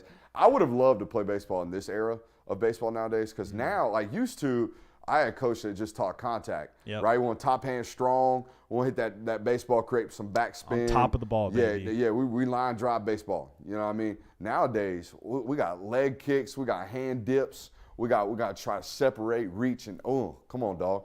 It's all in the hips nowadays. And you know me, I'm a hip-oriented kind of guy if you've watched this channel before. So, yeah, I'd have been out here hitting dingers. So, here's how we're going to do this. I know that clap was really, really loud, close to the mic. Sorry. Here's how we're going to do this. We're going to go position by position, talk through the roster. All right, we're going to put it over here on the left, what we believe it to be this spring. So, all right, we're going to put spring over here in the top right. And you know what we're going to do today? By God, we're going to use a fancy pen. Ooh, oh, wow. Yep. We're going to put spring over here, and then in a different color, because we got options today, we're going to put the fall, what we believe it's going to be to close the fall. All right, we're going to start with the quarterback position. Okay, it's pretty simple. Yeah. All right, we're going to go pretty nice and quick here on the QBs. We'll go 1, 2, and 3 because there's only 3 scholarship position players on the roster currently. All right, pretty easy, guys. We're going to go Carson, and I do think there's going to be a clear number 2. I think they're going to approach this season as if there is no competition this fall. We'll open it up, no competition this spring. We'll open it up towards the end of the fall next year, really starting to let these guys compete, all right? And then I'll put Ryan Puglisi right there at 3. Any talking points, anything worth talking about? I know we put Gunner in a bunch of articles this week about needing a big spring.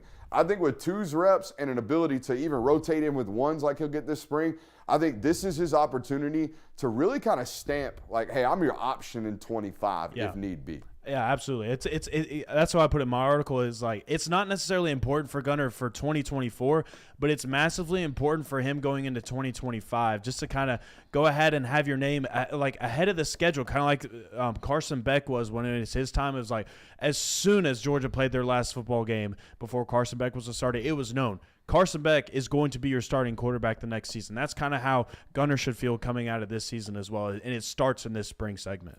Yeah, and I mean, he's got a very talented freshman chasing him, too. So not chasing him, but competing with him, so to speak. Oh, no, it's a chase. Yeah. I mean, from the moment Puglisi stepped on campus, it's can I erase a year? Can I erase a year that this guy's got on me? It's a chase. What's up? No, I was just saying that, like, basically that it's going to be very important to see how he performs this year into becoming, again, QB2. And Correct. God forbid if something happens to Carson Beck and you need him to step up, what's that going to look like? And I think it would be important for Puglisi to spend that year down on scout team of really doing what we've already heard him doing. You know what I mean? Go down there, make the throws. Go down there, build some confidence. Go down there, figure out the speed. Go down there, do all that stuff. But if it were me, about midway through, maybe bye week, right before Florida, Puglisi would start getting brought up and we would start entering a quote-unquote quarterback competition, which is what I got over here in the fall. So if we transition over here to the fall, this is how I would do it. Okay, about midway through, about October 24th, that weekend of that bye before that Florida game, okay, Gunnar Stockton would start to know, hey, Bubba, come January 25th, we're going to be battling it out. We're going to be getting after it, okay, between you two, and we're going to find out who's the guy come 2025, because come 2025, all right, that January, we got to have a freshman enrollee, whether it's Ryan Zollers, whether it's Julian Lewis, whoever it is, all right, whether it's Luke Nickel, whoever it winds up being in that 2025 recruiting class, that joker better be ready come January, all right, to compete at least for a 2, maybe a 3. You would imagine the 2025 commit, guys, is probably going to walk into a QB2 job, all right, because here's why. Unless it's Puglisi losing the job. You think that guy's going to stick it out. But if Gunnar Stockton loses the job, whoever this guy is, you would imagine he's gone, right? Right. You would imagine Gunnar Stockton hits the transfer portal. So if this guy, if Ryan Puglisi wins this job by the spring of 2025, all right, whoever you signed in that 2025 recruiting class is your second-string quarterback the fall of 2025 with a first-year starter. That's a little bit nerve-wracking, I would imagine. Yeah, I'd imagine you definitely would be portal hunting as well. I mean, just to get a third guy, get a third body. I still think they're going to add a body. I think there's an opportunity. If somebody worth the salt pops into that portal, counter to what we were just talking about, if somebody worth their salt pops into the portal this summer, they'll add them onto the roster. You bet your ass.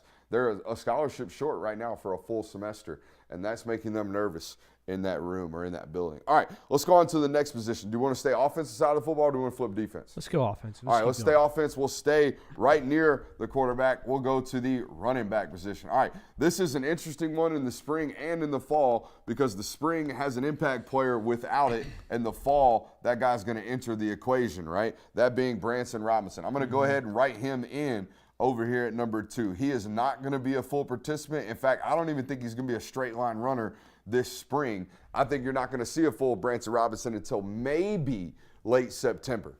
Okay, so that you heard that here. I don't know what anybody else is reporting. That's what I kind of got. Hey, we'll see the guy maybe mid-September be fully himself. So I'm going to put him over there in that fall discussion. Let's talk about the spring, boys.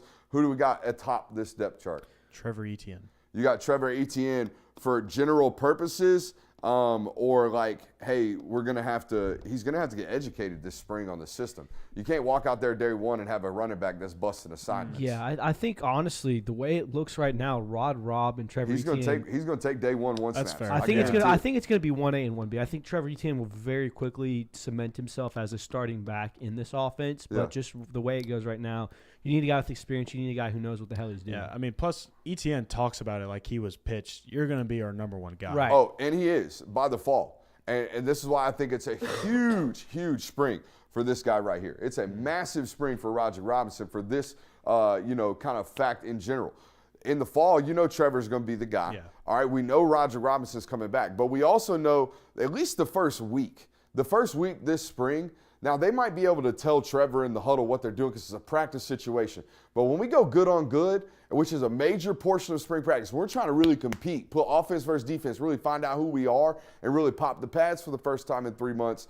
We cannot have a running back that doesn't know what he's doing or stop in the possession, turn around and put his hands up and look at coach like this. Not saying Trevor's going to be doing that over and over again, but it's a very new system for him.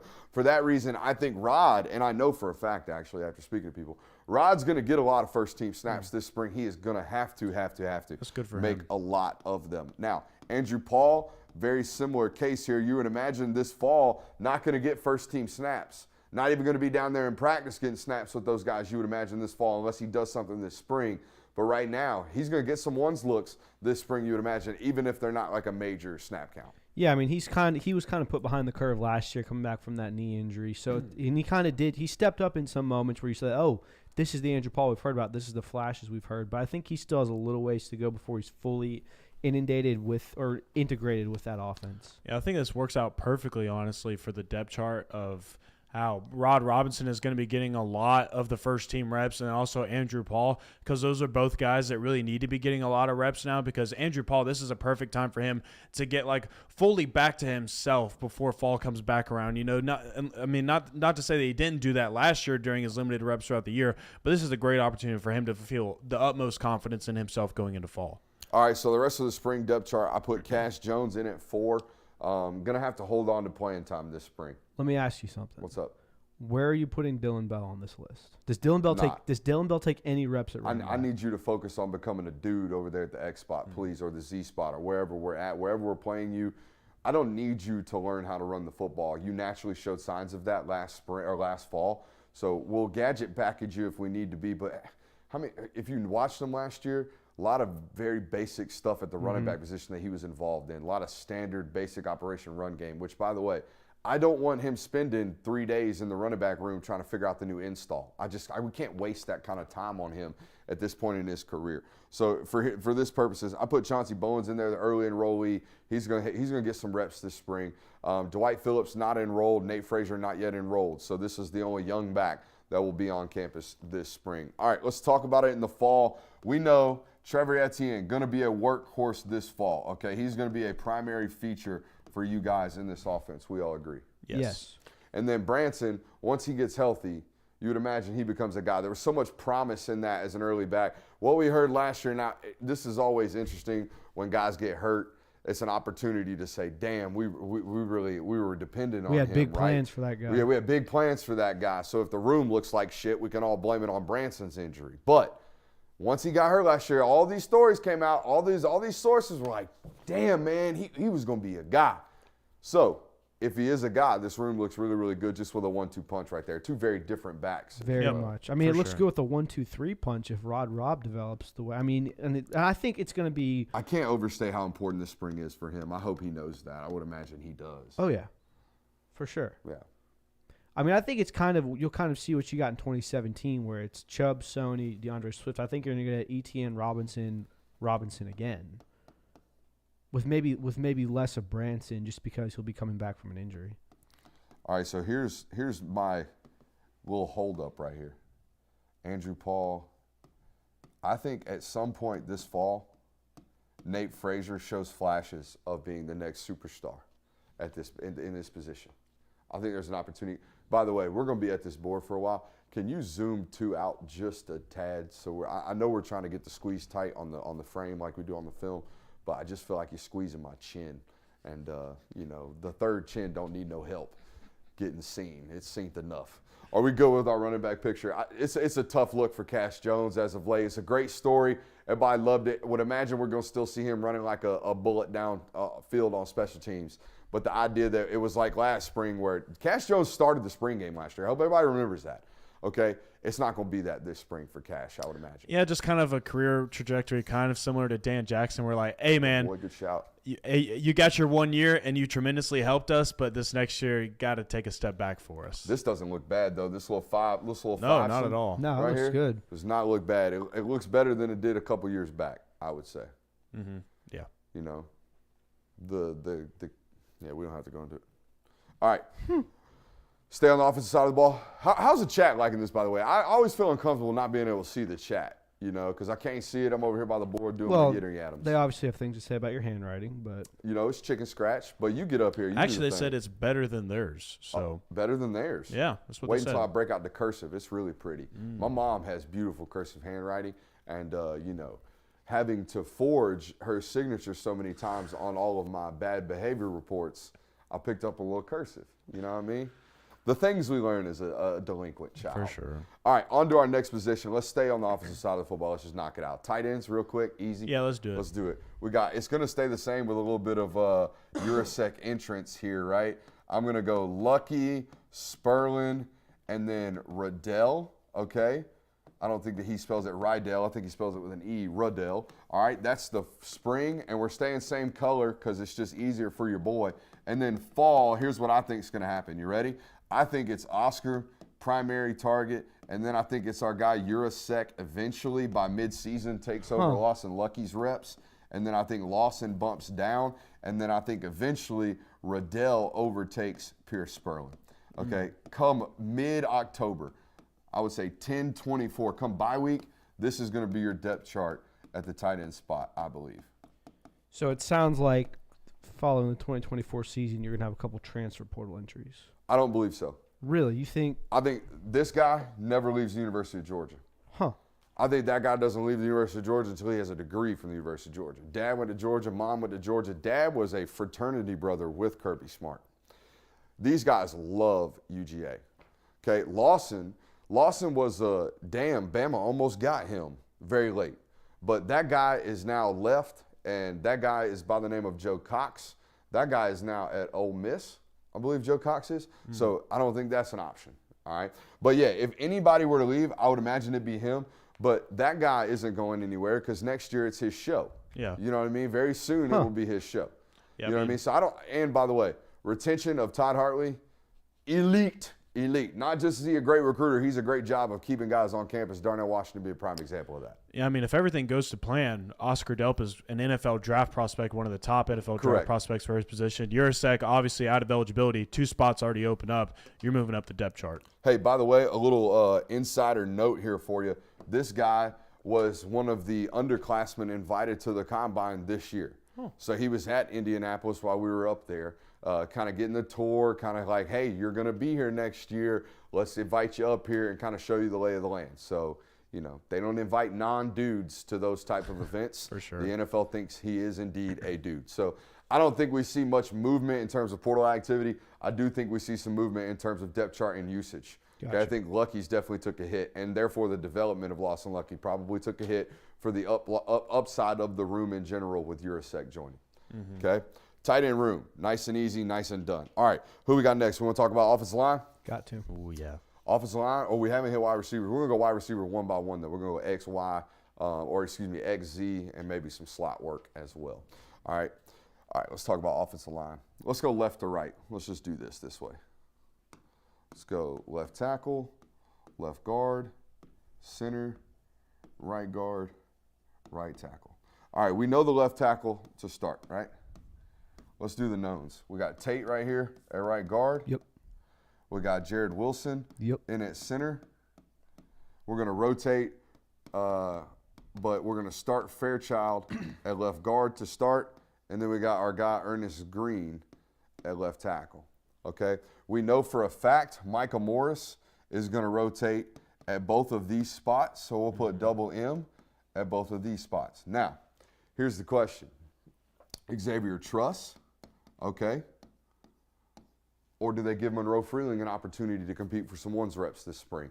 It's spring ball. I'm going to say they do. I'm going to say they give Monroe Freeling an opportunity to show that he is the guy over there at right tackle this spring. Yeah, I mean, spring seems like, especially at offensive line, that's always a position that they're really experimenting with. I know that on Tate's podcast, he mentioned that they're teaching him how to snap right now, just in case that he plays center. They're teaching him how to. He said he's not good at it right now, but he's definitely learning how to do it. How are you not good at it? He said he's learning. Bro, come on. I still, it blows my mind. It's like one of those things, it's like, to me, it's like breathing air. Like, you can't put a ball between your legs and snap it backwards. Come on, dude. You're a college he's got it now. professional athlete. Yeah, he said he's learning. All right, good. But either way, 1, 2, 3, 4, 5, 6, 7. That is a travel 7 right now that's hard tight. These guys are making the bus next fall. There's no question about Yep. that. All right, so now the questions become about some of these younger cats, right? Some of these guys that might actually earn some playing time this spring. One of which, Daniel Calhoun. Yep. Okay, so we're going to put big Daniel Calhoun over here in pink. Okay, let me look at this list and find some other guys that I know for a fact have already earned some good quality PT. Believe it or not, you know who's a good quality backup at the center position, would be able to play if they needed to throw him in? Drew Bobo. Drew Bobo out of Auburn High, a guy. You know how Drew Bobo got a take eval? Drew Bobo was the left tackle at Auburn High. They played IMG Academy. Almost beat IMG Academy with not near as much talent on the field as normally is the case. I think they lost by 4 in an overtime football game. Drew Bobo was out there just locking shit up against IMG Academy at the tackle spot for Auburn High. So there you go. That was during Bobo's year as the OC over there at Auburn. The more you know. Anyways, Drew Bobo drawing some clout in there. You know who I love? Just I see him in pads. I see him warming up in warm-ups, and I'm like, that's an SEC tackle. You know who it is? Michael Unai. Nope. Jamal Merriweather. Ain't seen Unai yet. Ain't seen him. Just as a freshman incoming, we're going to see him. Jamal Merriweather, okay, out of, oh, man. He was near Savannah, wasn't he? Yeah. Ooh, this was a blue and yellow school, white. Brunswick. Yeah, Brunswick. There you go. There you go. You Shout got me. out the Wick. Shout out to the Wick. Shout out Willie's Wiener Hey, again. how about another All-American coming out of high school at the guard position, Kelton Smith. Major spring for Kelton Smith. The chat's probably like, ooh, I forgot about him. Yeah. That's an All-American out of Carver Columbus High School. I think he was a top 150, 200 eval coming out of high school. Yeah, I remember watching him at the It has All-American been game. mum's the word. Have not heard a trickling about Kelton Smith. Also, another top 200 guy. How about a name, Bo Hewley? Anybody remember that one? Yeah. Bo Hewley going to have a massive opportunity this spring to really fend off turf for next year and years beyond, right? Signed 4 potential tackles in that 2024 signing class, right? You got the big joker, both big jokers out of New Jersey, right? You got Daniel Calhoun, who we've already talked about, and you got your boy Marquise Easley, who's probably not quite ready to be in this mix here, but we can put him over here, right? Easley, another tackle prospect. What was my boy's name? Michael Harrison, maybe, out of New Jersey. The Harrison kid. That's probably the wrong name. Will you look that up for me and make sure I got the right name there? Okay, that would be very, very embarrassing for the Georgia guy to forget all of the guys that they've signed in the last 7 years. So you got him there at the tackle position as well. And then our big guy, Nair Daniels, out of Bergen Catholic, who might end up being a tackle projection as well. So there is a bunch of opportunities here for a bunch of names. And guess what? They will all play. You got to have about 15. And here's the guy that's going to get ran into the damn turf this spring. Marcus Harrison. Marcus Harrison, not Michael Harrison. So I was close. Marcus Harrison, big 6'8" joker out of New Jersey. So you got him in the mix as well. But here's the guy that I would tab that's going to be better be in good freaking shape. Drew Bobo, and here's why. You're going to run 3 units. You only have 2 centers. Somebody's going to get ran into the ground, and it's you, buddy. So I hope you're ready to go. You also have an opportunity. This is how I made the bus and actually got a scholarship my freshman year as a walk-on at Shorter University. I played all 5. I repped at all 5, and I was basically the old head's dummy rep guy. Like the old head's got a hand this week that he can't practice with. Don't worry. Brooks will take all 85 meaningless reps Monday through Thursday, and then we can run the true starter out there. You know, those kind of guys, man, you'll end up making a living for yourself if you do it long enough. So there's kind of the offensive line room. What are the talking points here, boys? What sticks out to you? Who's the one player on this list that you cannot lose to injury this year? Oh, this guy. This guy. Well, I'll take that back. I'd say it's the center. Yeah, Jared Wilson. I think Jared Wilson's Y'all probably. really worried about Drew Bobo, huh?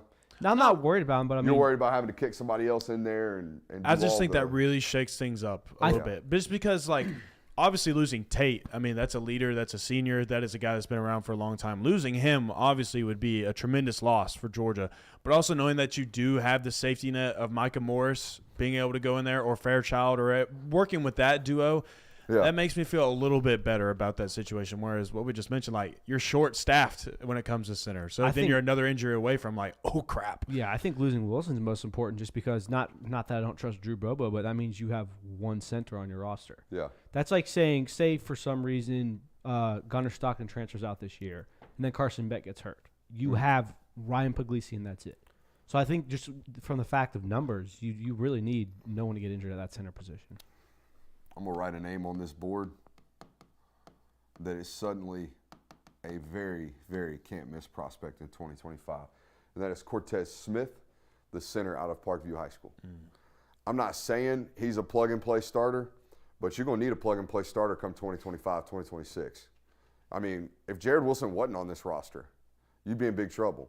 And here's what I'm saying. It's not a problem, but you haven't recruited a center since Cedric, really. Okay, you took Griffin Scroggs, but no offense to Griffin, you haven't taken a center since Cedric. Okay, so you need to land one, and this guy ain't played nothing but. All right, the rest of them are transition players. They're guys like Tate who are on podcasts yucking it up about, I ain't figured it out yet. Well, that's just snapping the ball. Then we got to start talking about how to block shade techniques. Then we got to start talking about how to mic ID. Okay, then we got to start talking about how to communicate with the five guys next to us. You know, stuff that takes a couple years to figure out. You're going to have to start landing one. That's a name you're going to have to land, I think.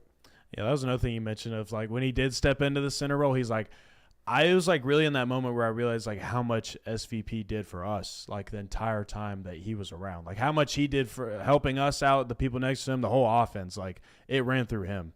Yeah. Yeah.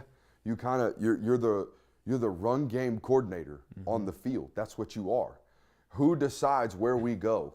And it's particularly zone-based offenses. Like when we're running counter guys, it don't matter. It's gap down backer on the front side, pull kick, pull wrap. But when we're a zone-based football team, which is what you are at the University of Georgia, where we identify where the combinations of blocks are going based off the front that we are getting, it is paramount. It is no different than in blitz pickup, knowing the quarterback identifying the correct mic, okay, which is also something that the center helps out with. What five are blocking is paramount to the success of the unit. So, yeah, you are 100% right. This is a very vital position moving forward for the University of Georgia. All right, on to the wide receiver room. Let's put the X's over here. Let's put our slot guys right here. Let's put our Z's over here. All right, X's. I believe Ra Thomas to be the guy to start out this spring at the X position, okay? At the Z spot, I'm going to just go ahead and plug in Dylan Bell. All right, but what I'm going to tell you is this guy, we're just going to put we're going to put a big old circle around him to connote that he can just about do anything. All right, so he can play slot, he can play at the X position, he can play at running back. Dylan Bell is going to do just about anything this fall and can be placed anywhere upon this depth chart. All right, who is our starting slot receiver? We're going to put Dom Lovett in at that spot right now. Okay, we're just going to put Dom right there. And then right behind him, I'm going to go ahead and plug in Anthony Evans. Okay? Yep.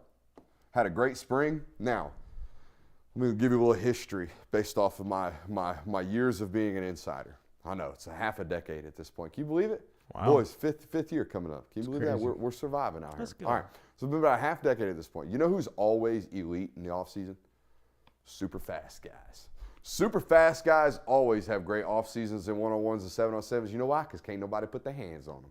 All right, so Anthony Evans has had a great spring and a great off season. I expect him to continue to roll this spring. He's going to get some reps in there at that 2 spot. By the way, kind of cemented himself as that backup slot in the bowl game based off rotations. Yeah. So we'll go there. Guys, any options for who's this guy working in at the number 2X spot right here? Gut initial reaction tells me London Humphreys.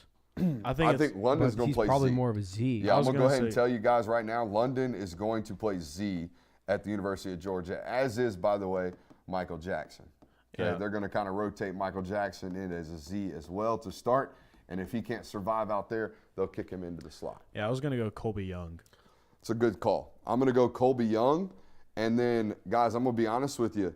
It hasn't been great to start the career so far out of the inklings we get out of camps and out of practices and out of sources for Tyler Williams. I'm going to put him at the 3rd at the X spot. It's a big spring for Tyler. Okay, it's a massive spring for, hey, is this going to work out for both parties? What's up? So you're saying that Arian Smith is going to go at 3 at the slot? I think Arian Smith is going to be able to play both slot and Z. Okay. But Arian's another player that I have no idea what to do with. Every time I talk about this position in the offseason, every time I do the depth chart rundown, I either forget him or don't know where to slide him. I guess it's just because he is really just kind of like this specialist type guy. I mean, it's not like you say that he plays a position. It's really just stick him on the field and he's going to go do what he always does. That's pretty much it. Yeah, I think that is it. We didn't miss anything. All right, that's 8 guys right there, yeah.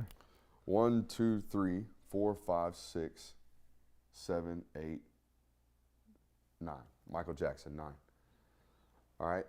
All right, so instead of rewriting this list for the fall, who do you expect to be, I say 5 guys. Who are the 5 or 6 really, really like dudes that you depend on next year? Dom, like over 300 yards. Dom, Dylan, Rah, right off the bat. Slow down. Rah, Dom, Dylan. I think Anthony Evans has a really good potential to be that 4th We'll guy. put potential in pink. Or 5th guy, and excuse me. I think London Humphreys is your next 4th guy. So we're putting potential in pink. Yeah, I mean, that's the list, I think. And then it's a matter of can Colby Young put it together in one off season? I'm with you there. Huh. When we go through the other units, this is the unit that has the most question marks. Yeah. Without a doubt, in my For opinion. sure. Offensive line looks secure. You're like, hey, don't get hurt at center. Figure it out at center. Rotate, find some depth at center. At running back, it's like, hey, Rod, do well this spring. But it looks good for the fall. Wide receiver room, a lot of open-ended questions here. Yeah, it's a room searching for a lot of answers this offseason. And, you know, it's kind of the same old story that we've been saying about the wide receiver room of it's not a lack of talent. It's just that we don't have any idea of what it's going to look like when the fall rolls around. And you're just kind of banking on that Dylan Bell's taking a step forward this year, which it looks like he's going to be. I mean, it looks like he is by all means going to be a feature of the offense. Dom Lovett, if he continues to do what he does, but even maybe then some more this next season. But then after that, it's just kind of a lot of like, well, maybe. All right, we're going to go to the desk right quick, and I'm going to do some things like tell you who on the offensive side of the football I know has had a great offseason and who I'm hearing good things about and who's already improved their stock. I guess we didn't include the freshmen. That's what Chat's mentioning. Yeah, what freshmen are getting in the mix offensively? The only one I can think of would be Sokovie White, and that's just because he'd make the roster for special teams. And I mentioned Daniel Calhoun. I think Marquise Easley is a ways away. I think there's some seasoning that needs to happen there. I don't expect Nitro Tuggle to impact this roster this spring and this fall. Also the same for Colton Heinrich. Yep. Same thing for Colton Heinrich at the tight end position. I think Jaden Riddell's going to make some moves. I said that. We noted the freshmen. They were just specifically saying the wide receivers. Like, yeah, what are we doing with them? I don't expect. I mean, you only signed 2 last class. Yeah. Zakovi and Nitro. And I think Nitro's, like I said, I think he's a ways away. Based off what we saw in Spain bowl practices too, man. He's got some growth there that needs to happen. And then Zakovi, we mentioned a couple nights ago as a freshman that I think is going to make some plays on special teams. So there you go. But here's some guys, man. We already mentioned Daniel Calhoun. He's had a great offseason. I'll put it out on Patreon. I feel comfortable doing it now and telling you guys now. I said to close the show the other night, it was an evaluation that I've learned a lot about being Daniel from a switch perspective. A guy can turn it off and turn it back on and still be great as long as he's still great. And that's something you need to be able to project and look out for. Because when he finished at Centennial his junior year, I said he was playing about 335. And then when I saw him to close his career at Walton, he was playing about 365. And all 30 of that pounds was not good weight. Okay, and it was very noticeable, and you could tell. And it impacted his play, and it impacted my evaluation of him. Okay, and then he gets to Georgia in December, and he weighs in at 367 when he enrolls. I was told from somebody that I trust vehemently, okay, he's weighing about 325 pounds right now. This is an individual that's lost 40 pounds over the 2.5, 3 months that he's been at the University of Georgia, and I expect him to have a great spring. Dylan Bell is who Dylan Bell is for a lot of reasons, but Dylan Bell always has had a chip on his shoulder. Always has had a chip on his shoulder. And guess who just watched his room bring in 3 new bodies that are trying to eat off his plate? Dylan Bell. Guess who ain't happy? Dylan Bell. I'm not talking about he about to leave, coach, what the hell is this? You don't believe it? I'm talking about a competitive, these dudes ain't about to come in here and eat off my plate type of mentality. Dylan Bell. Because guess who's walked around with that his whole life? Dylan Bell. So Dylan Bell is pissed off. Dylan Bell's about to practice and go about his approach as a professional who is pissed off. Haven't heard a lot from Ra this spring because I don't know how healthy Ra is. Ra finished the season last year with a foot issue. I don't know if that's going to be 100% back. I don't know if we hear a lot of, wow, Ra. First of all, fourth-year guy, played a lot of SEC football already before he even came to the University of Georgia and isn't healthy. And is not 100% healthy. So I don't expect to hear a ton about him this spring. Already hit on the Tyler Williams stuff. Massive spring for a guy who needs it big time, okay? Gonna have to show up. Dylan Fairchild has been an animal this offseason. As you would expect from a dude who I think most awkward interaction. I had a lot of them this year at the media availabilities. Most awkward interaction I had was asking Dylan for his lifting numbers. I said, hey, man, you're strong, former wrestling guy. What are your weight room numbers? And he kind of like, what do you mean? I was like, bench, squat, power clean. Just the standard 3 operation, bench, squat, clean. And he kind of looked at Claude like, am I allowed to tell this human, this civilian, what I throw up in the weight room? He's like, can I tell him? And Claude kind of nodded his head. And then he told me he's a 600-pound squatter. Jeez. He's a 450-pound bench presser. Good God. And I think he told us he cleaned over 350 pounds. Good God. So you can imagine during a time where we're not doing much but lifting weights and throwing shit around the facility, that Dylan Fairchild would be having people raving about him this offseason. He's done exactly that. So he's had a good one. Anthony Evans, I mentioned that when I was on the board. He's had a great offseason as well. So I expect all of those guys to kind of ball out this spring on the offensive side of the football. Should we do defense? Please, let's do All right, we got about 20 minutes left. Hey, spoiler alert, I think we're going over today. But here's what when I look through the roster today, when I envision good defense, what I envision is an impact player/difference maker on each level. Okay? So there's 3 levels of defense. There's the line of scrimmage. So that includes nose tackles, defensive tackles, edge rushers. There's difference makers at the linebacker position, and then there's difference makers at the defensive back position. Okay, some people will separate those into 4 categories. They'll say safeties, like middle of the field, and you need a difference maker at corner. That's ideal. Just going through the depth chart, guys, before we get to the board, who are some I'm putting stars on this guy's name? I think he's a difference maker off rip we already know about. Michael Williams, that's one. We got the line of scrimmage solidified. We have one difference maker that we know of. Do we want to put Warren Brinson in this? I was about to say Warren Brinson will be my not obvious choice. Malachi Starks is obviously that guy. All right, let's stay on the line of scrimmage for now. Let's see if there's anybody else that could, lift themselves into this. Warren Brinson. Brinson. How about Tyrion Ingram-Dawkins? I was about to say He TID. TID, former 5-star, very well could launch himself into this one. Here's one that I've heard from inside the building. Gabe Harris is one of the more disruptive human beings you have in your building. Now, whether he's consistently disruptive, that is yet to be determined. Some people would think he's an outside linebacker. He is not. He is a defensive end. He's a massive human being, measuring about 6'5", 250 right now. Okay, ooh. Gabe Harris might be a name. Pay attention on that defensive line, first-level defenders. All right, next level. Got a handful of guys, right? We believe C.J. Allen and Ismail Mondon to be difference makers, correct? Yep. Mm-hmm. Can Raylan Wilson turn into this? What happens with Chris Cole and the freshman Justin Williams? We'll find out. But we know for a fact there's at least 2 difference makers in that group. All right, you mentioned Malachi Starks. Is that our only known commodity at the defensive back? Only position? Really, there's a lot of guys with potential. If Ellis Robinson is as advertised, he could make a difference as a true freshman. I think Julian Humphrey was a difference maker last season. When he was in the game, he was a difference maker when he needed to be. But now it's just, can we do that for an entire season? All right, let's take it to the board. I think I'm unmuted now. Nope. No. Now I'm unmuted. There you go. All right. Let's start with that nose tackle position. Okay, it's one that you need a guy to cement themselves into. So here's how this room's going to work. This room is Nas Stackhouse, the only one really playing a true nose tackle position currently, and then the rest are kind of hybrid D tackles that rotate and gas him out. Last year, one of these was Zion. This year, it'll be Kristen Miller. Now, here is where the discussion at this position becomes interesting to me, and it's around one name. It's the Taj Mahal. Taj Mahal? Taj Jamal? Is that what we did? Taj Mahal. Taj Jamal, okay? Named thusly and correctly after the Taj Mahal because he's massive. So the Taj Jamal is available. Ja Jarrett, okay? The questions are whether or not he's going to turn into something that is, like, significantly playable.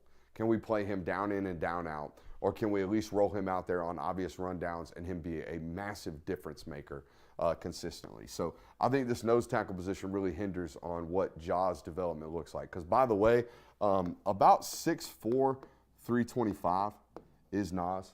He's a big dude, okay? But that's not huge. You know what I mean? It's like, oh, my God. Look It's not Jordan Davis. That's, you can get tossed, like we saw against Alabama, right? Kristen Miller, not a huge dude. About 6'3" and a half, about 310 pounds. Big, not god-awfully big. This guy is palpably big. When you walk up on practice, you're like, wow, that guy's different than the rest. He's noticeably different than the rest. If Ja turns into something special, guys, the nose tackle position becomes special again at Georgia. Not that Nas isn't a good player. He's just not what the defense, the 4-2-5 mint was built off of. The 4-2-5 mint was built off of a Devondre Sweat. It was built off a Jordan Davis. You haven't had one. So do you think that Nas would be better off? Like, obviously, he's kind of one of those situations maybe where, like, you're our best option at nose tackle, so that's why we're playing you at nose tackle. So it's not – I think with too many times we get wrapped up in the position name, right? Yeah. It's more of the technique that player plays, right? These guys, all these guys over here, they're shades. They're one techniques. If this is the center, these guys play on one side or the other. They're shade techniques. We play our defense based off that. When you had Jordan Davis, you had a true zero, Bubba. He stood right there. And then you took that 3 technique, you took 88, you took our 95. boy Devontae Wyatt, you took 88 and 95, and you flipped that guy on what side of the ball you thought they were more predominantly likely to run to. Okay, and then guess what you did? You put number 4 or whoever was playing Jack next to that joker, and then on the backside at defensive end, as a 4-eye, you put Trayvon Walker. That's a whole different defense than what y'all been running lately. Yeah. What y'all been running lately is a bunch of shade techs and 3 techs, right? We got a shade tech, and you got the 3 tech on the backside. This has been 78, and sometimes he bumps into a 0, but you didn't really want him two-gapping, okay? And then you stack the mic behind him and put the will over here. You look a whole hell of a lot more like a base 4-2-5 than you ever did a 4-2-5 mint, which is what you have been at your best. Gotcha. So we'll see if that happens with the nose tackle position. I don't know if we'll know this spring, but we'll know if you have the ability to do so this fall based off what happens this spring. All right, so that handles the nose tackle position. Let's go to the D tackle position, which I think, guys, can be it can be deep, but will it have a difference maker? That's the question. So here we go. Off the rip, you got your boy Warren, right? Warren Brinson. He is, I would say, a 3rd to 5th round eval right now.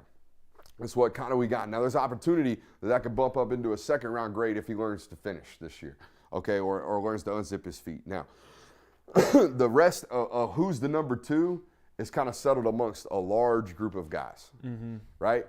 It's Kristen Miller. It's Jordan Hall, okay? It's, who else we got? It's Jordan Hall. It's guys like Xavier McLeod just transferred in, right? There we go. McLeod, I'm sorry. I'm going to keep doing the you did too. McLeod Let's thing. go. Xavier McLeod, who, by the way, they brought in because they think is a difference maker. He was prioritized. He is, by the way, one of these really large individuals. They're going to play him at the defensive tackle spot, even though he's about 6'5", 330. He's a very large man. So that's one that they think off rip, based off conversations I've had, off their eval of him, why they brought him in. Okay, the number that I was told before spring practice, before they actually got him on campus, based off what they think they're bringing in, they expect 200 snaps out of this guy this year. Okay, it's about 20 snaps a game. or a little bit less than that, about 18, 20 snaps a game. Okay. Who's got an opportunity? Oh, by the way, Jordan Thomas in this mix. Okay, the young cat. He is enrolled. And here's a name, not necessarily that we're going to talk about him at defensive end because I think he's going to be a big end. Joseph Jonah-Ajonye. I think he's going to be a big end, believe it or not. I think he's got an opportunity to be 305 pounds in like the next 8 days based off the Nigerian bloodlines because the dudes pack on mass like nobody's business. But as of right now, he's listed as defensive end. We won't put him in this D-tackle conversation. It's really all about that second line. All three of those guys. That's really going to be where if that defensive tackle room really becomes complete, it's going to be because at least 2 out of the 3 of those names, or even just 1 out of the 3, really takes a step forward. Or Xavier McLeod is what he was advertised, what they thought he was advertised coming out of the portal. All right, this next group, it could be really, really special, right? And it lost their best player out of the room. Okay, he moved to a different position. But this defensive end group, guys, I think can be really, really disruptive. Based off what we know about really, really high upside players in this room with not a lot of experience, right? Right. We got Tyrion Ingram-Dawkins, we got Gabe Harris, and you got Joseph Jonah-Ajonye, who, by the way, impressive as hell. It took 15 practices. It didn't even take that much. Within the first week of him being on campus, everybody I talked to was like, hey, he a dude. He's going to be a guy for us, all right? This is going to be a really, really good football player, and he's only continued upon that. Super bright. Super energetic, got one of them smiles on his face, and is uber talented. I think this kid's going to have an impact on your roster as early as this year, believe it or not. And again, I don't know, he's going to be a swing player. He's going to be one of these guys that almost looks too big to play defensive end, but looks too athletic to be a 3-tech. What do you play him at? If you told me he's 285 right now, I wouldn't be surprised. If you told me when he leaves Georgia he's 305, I wouldn't be surprised. I love the thought of just letting those 3 guys just go and figure it out this season. Just kind of letting them saying go. Just unleash, just wreaking havoc throughout the backfield. I'm really excited about that room to see what they do this spring. I think it was great that, Michael goes on to a greener pasture at the jack spot, but it really allowed this room to breathe because if Michael's in this room, you play him. He gets 85% of the snaps at defensive end, whereas now this rep share might be something like 60-30-10. You know what I mean? Yeah. Maybe like a 60-30-10 rep split, which it looks nothing like this if Kel's in the room. Yeah. I mean, Marvin Jones had a big effect on that as well. Yeah. I'll play more of playing early defensive end reps or third down defensive end reps, mostly playing the jack spot during practice. But, yeah, it's a good call. All right, on to our jack position, which, guys, jack and star, it's what your defense is predicated off of. It's massive, massive, massive that you have really high-impact players at this position. My question, guys, is how much of a rep share is there actually going to be made available for this name, these 2 names really right here? This one right here, Damon Wilson, massive, massive, massive, okay, highly invested in, by the way, did not come cheap to the University of Georgia as most of these kids did. And then at number 4, Sam Mpemba. Oh, yeah, by the way, another 5-star that signed at the University of Georgia in the same class. So this is the room, guys, that they're expecting a lot of production out of, but God, is there a lot of potential in. But only one guy plays at one time. Yeah, it's a super crowded room when you look at just those names and the potential that you have. I mean, the likelihood that all 4 of those guys get there's 5 guys, honestly, with Jalen Walker as well. Yeah, I put him over there in a little hyphenated bubble because he's a 3rd and long jack guy. He's a 3rd and long outside linebacker who's going to have to highlight as an inside backer on early downs. It's a crowded room, man. I've been talking to people inside the building, especially with this guy as more of a traditional NFL defensive end body type. You can play more base this year. You can play more, hey, we got 2 interior defensive linemen and 2 quote-unquote defensive ends, right? You can play Michael and Damon at the same time if you want to. And I don't think you're compromised as you were in years past where I'm asking you to play Azeez Ojulari and Adam Anderson at the same time. That's not beneficial to you stopping the run. Whereas now, if I'm asking you to play Michael and Damon at the same time, it seems like you have a more formidable opportunity to stop the run because you really only have one suspect edge rusher on the field against the run. So I think this move of and not only freed up defensive ends, I think it freed up your ability to play 2 OLBs at the same time. What you smirking about? Oh, just chat. Chatting with the chat. Just chatting with the chat. Yeah, this is an interesting one, and in terms of how much playing time is he going to take from the other guys. Yeah. Who's somebody you're excited for this fall? Michael Williams is the obvious answer. Yeah. Like to see what he can do. We got a 10-sack guy coming for us. Maybe. I I mean, feel they like have, you move, Need it. you make the move like that. He needs it. I feel like that's what they're trying to, or that's what they want out of him. He's going to be a top 20 pick no matter what, based off the film. Production will make him a top 5 pick. yeah. If he has production this year that is like just absurd, not absurd, but if it's even like 8 sacks, 12 TFLs, that's a top 10 pick easy. For sure. That's life-changing money for Mykel Williams and his family if that occurs. All right, on to our next spot. Where do we want to go? We want to go inside linebacker? Yeah. Let's hit the Nice and linebackers. easy. Let's go Mike and Will. Let's put them on the same screen at the same time. All right, so the way we discuss this, the Willie leaves the box, the Mike stays. So the Mikes think N'Kobe Deans, the Willies think Quay Walkers. All right, the Tweeners think Channing Tindalls. All right, kind of played Willie more than he played Mike, though, if you remember really closely. Yeah. Think Mikes, think Monty Rice's. All right, you think Wills, think Raylan Wilson. No, I don't know. Who's big, tall, long nowadays? Justin Williams, Chris Cole. Think that type of body type. All right, let's get after it. All right, your Mike this year is going to be nice and easy. How did I forget Smile in the Willie discussions? Come on, man. Y'all sleeping over there. I was just waiting on you to get it. All right. Bro, that's elite right there. That's elite stuff. All right, so that's your starting group, right? Yeah. And you would imagine this spring, I'm going to say Raylan gets a ton of ones reps. Don't y'all think? Yeah. So that's like Smile. Hey, brother, your foot, let it recuperate. You're an NFL guy. You probably should have been the number 1 linebacker this year. Thank you for coming back. Enjoy your raise. But we don't need you to practice this spring. You know what I mean? That kind of thing. For sure. All right, so Raylan's going to get a lot of those ones reps. Let's talk about the guys who are kind of fighting for that 3rd, 4th, 5th spot next year coming up this fall, which would be names like our guy Troy Bowles, who I think is more of a Will projection, former safety in high school. He definitely has the body type of a Will. Yep. And just an athletic profile in his years past. I'm going to put Jalen Walker over here at this Willie spot as well. We're going to put him over Troy Bowles, but y'all get it. Jalen Walker right here. We're going to add him to the Willie spot.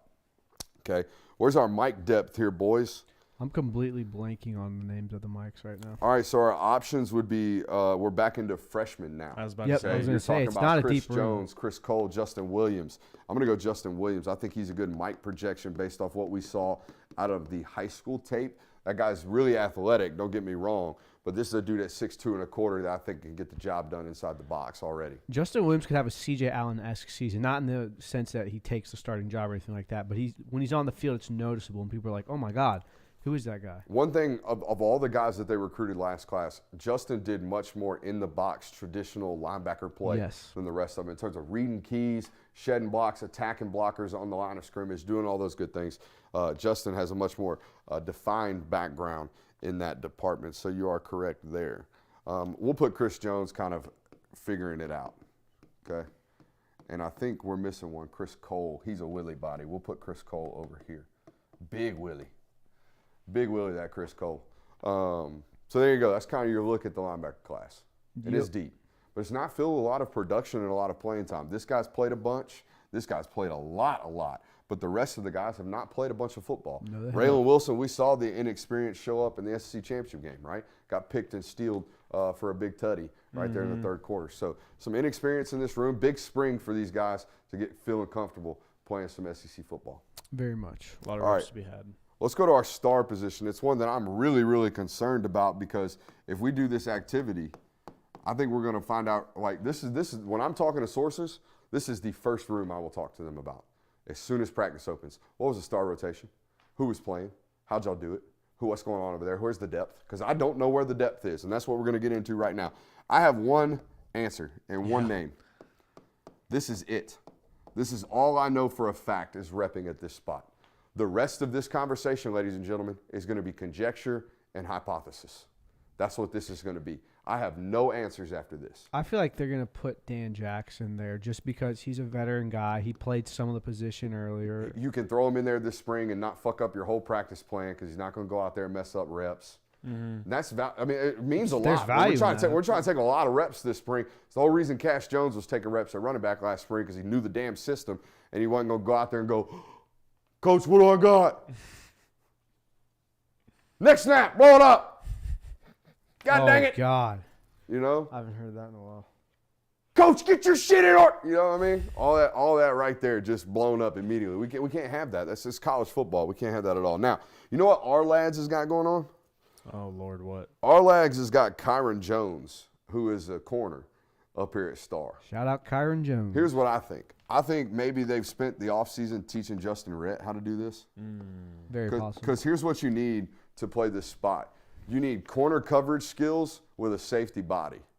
Justin Rhett is the definition of that. Justin Rhett was a corner at Bishop Gorman. Immediately, as soon as he got to campus, they were like, shit, boy, you 205. You playing safety.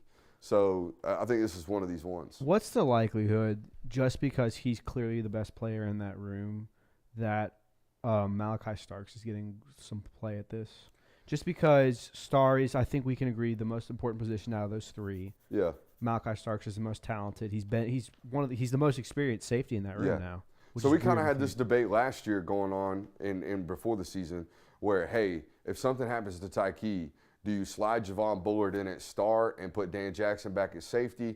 You're kind of having a very similar conversation. Is it better next year if this guy gets hurt? Is it better to rotate in Malachi Starks here and put Dan Jackson or KJ Bolden back at safety and start that guy and slide Malachi in here? Or is it better just trusting Justin Rhett to step in, or whoever the two is to step in, replace, and keep Malachi in his spot? That's a question that the coaching staff is going to have to figure out, and they're going to have to figure out this spring doing this. I think this is a big experimental spring for this position. If you're playing safety and you're a second year, third year, fourth year guy, you're cross training. There is no questions about it.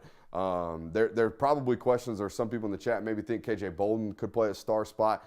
If you played true nickel, like, I'd be here for you. If you were just playing, hey, put a cover corner in at nickel, don't ever ask him to add in for run game, I would be here with you. But this star spot holds so many different responsibilities in the run game and in the short screen game that you got to kind of have a physical presence there at the spot. So it's a big one, man. We're going to find out really, really early.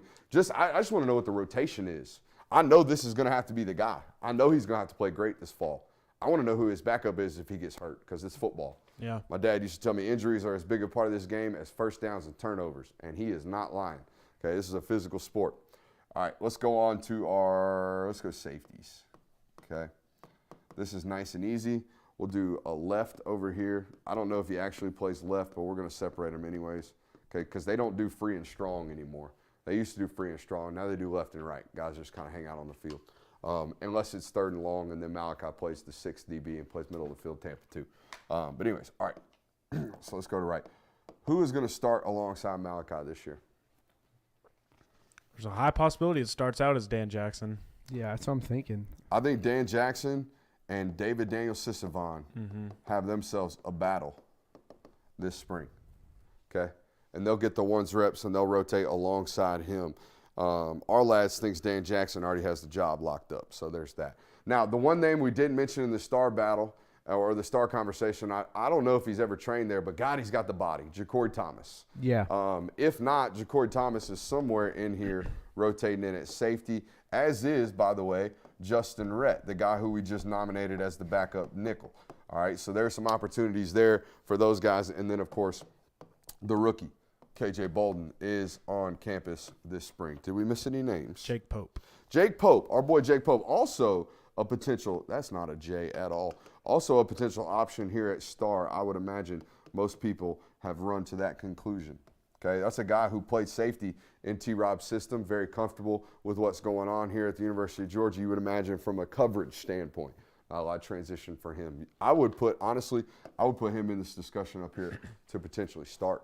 He is Dan Jackson with even more athletic ability. He ain't going to run like Dan. Yeah. Dan's a 4.4 guy, but Dan is very linear. Dan cannot turn, flip, and run. This dude can turn, flip, and run and still stick. So Jake Pope, an option there at safety as well. Anything stick out?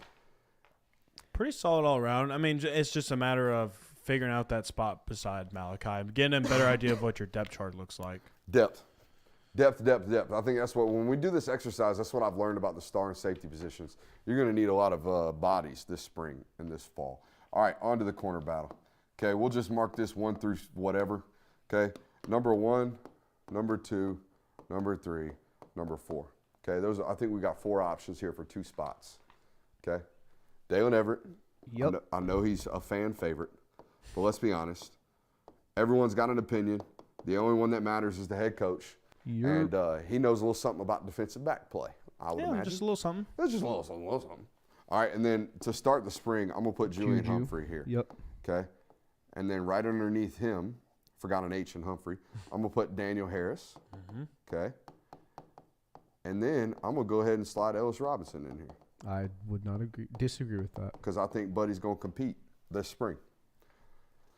It's 4 for 2. We got 4 for 2 spots. All right? I know it's controversial, but I think he's got one. I think he's going to go into the fall knowing that guy's not going to F up, and I can throw him out there and he's going to survive at least. I would be shocked if these two guys just beat out Dalen Everett. If Dalen goes from 1 to 3 in one spring practice, I would be shocked. But these two dudes right here, these two dudes are as ever much as traitsy as the number 1 player in America. Yeah. Okay, I know that sounds crazy, but the difference between this guy is he's got all the traits in the world and he's clean as shit. There ain't nothing wrong with him. There ain't a damn thing you can search through his game and say that's a deficiency. That's why this guy is going to be the number 1 corner taken off the board whenever he comes out of college. I feel strongly about that. However, these dudes right here, this Julian Humphrey sucker, that's a 10-4 100-meter runner. Okay, that dude runs 10-4 at 6'1", 200 pounds. It don't get much more traitsy. This guy right here, this guy is 6 foot damn near 3. And he comes from South Florida and he can shake it just like everybody else. All right, so they got some traitsy ass dudes in that room. The question's a matter of consistency, and it's a matter of who's going to be the guys. That's it. So there you go. A little rundown. I think they're in a good spot. I think this year more than ever, it's more about the surrounding pieces. Yeah. Where I feel like in years past, we're asking questions about real, like, impactful positions. Where this year it's like, hey, how can they maximize their roster with what's available? For sure. Yeah, we forgot Andre Evans. We forgot some of the young guys, do, but it's a long way to the top if you want to rock and roll. Yes, it is. Little School of Rock to end the show. I think it's an actual song lyric, but I only know it because of Jack Black and School of Rock. It's a long way to the top if you want to rock and roll. That is a good movie. Not bad. It's a great movie. Hey, we'll see you tomorrow night. Make sure you like, subscribe, rate, review on your way out. Love you.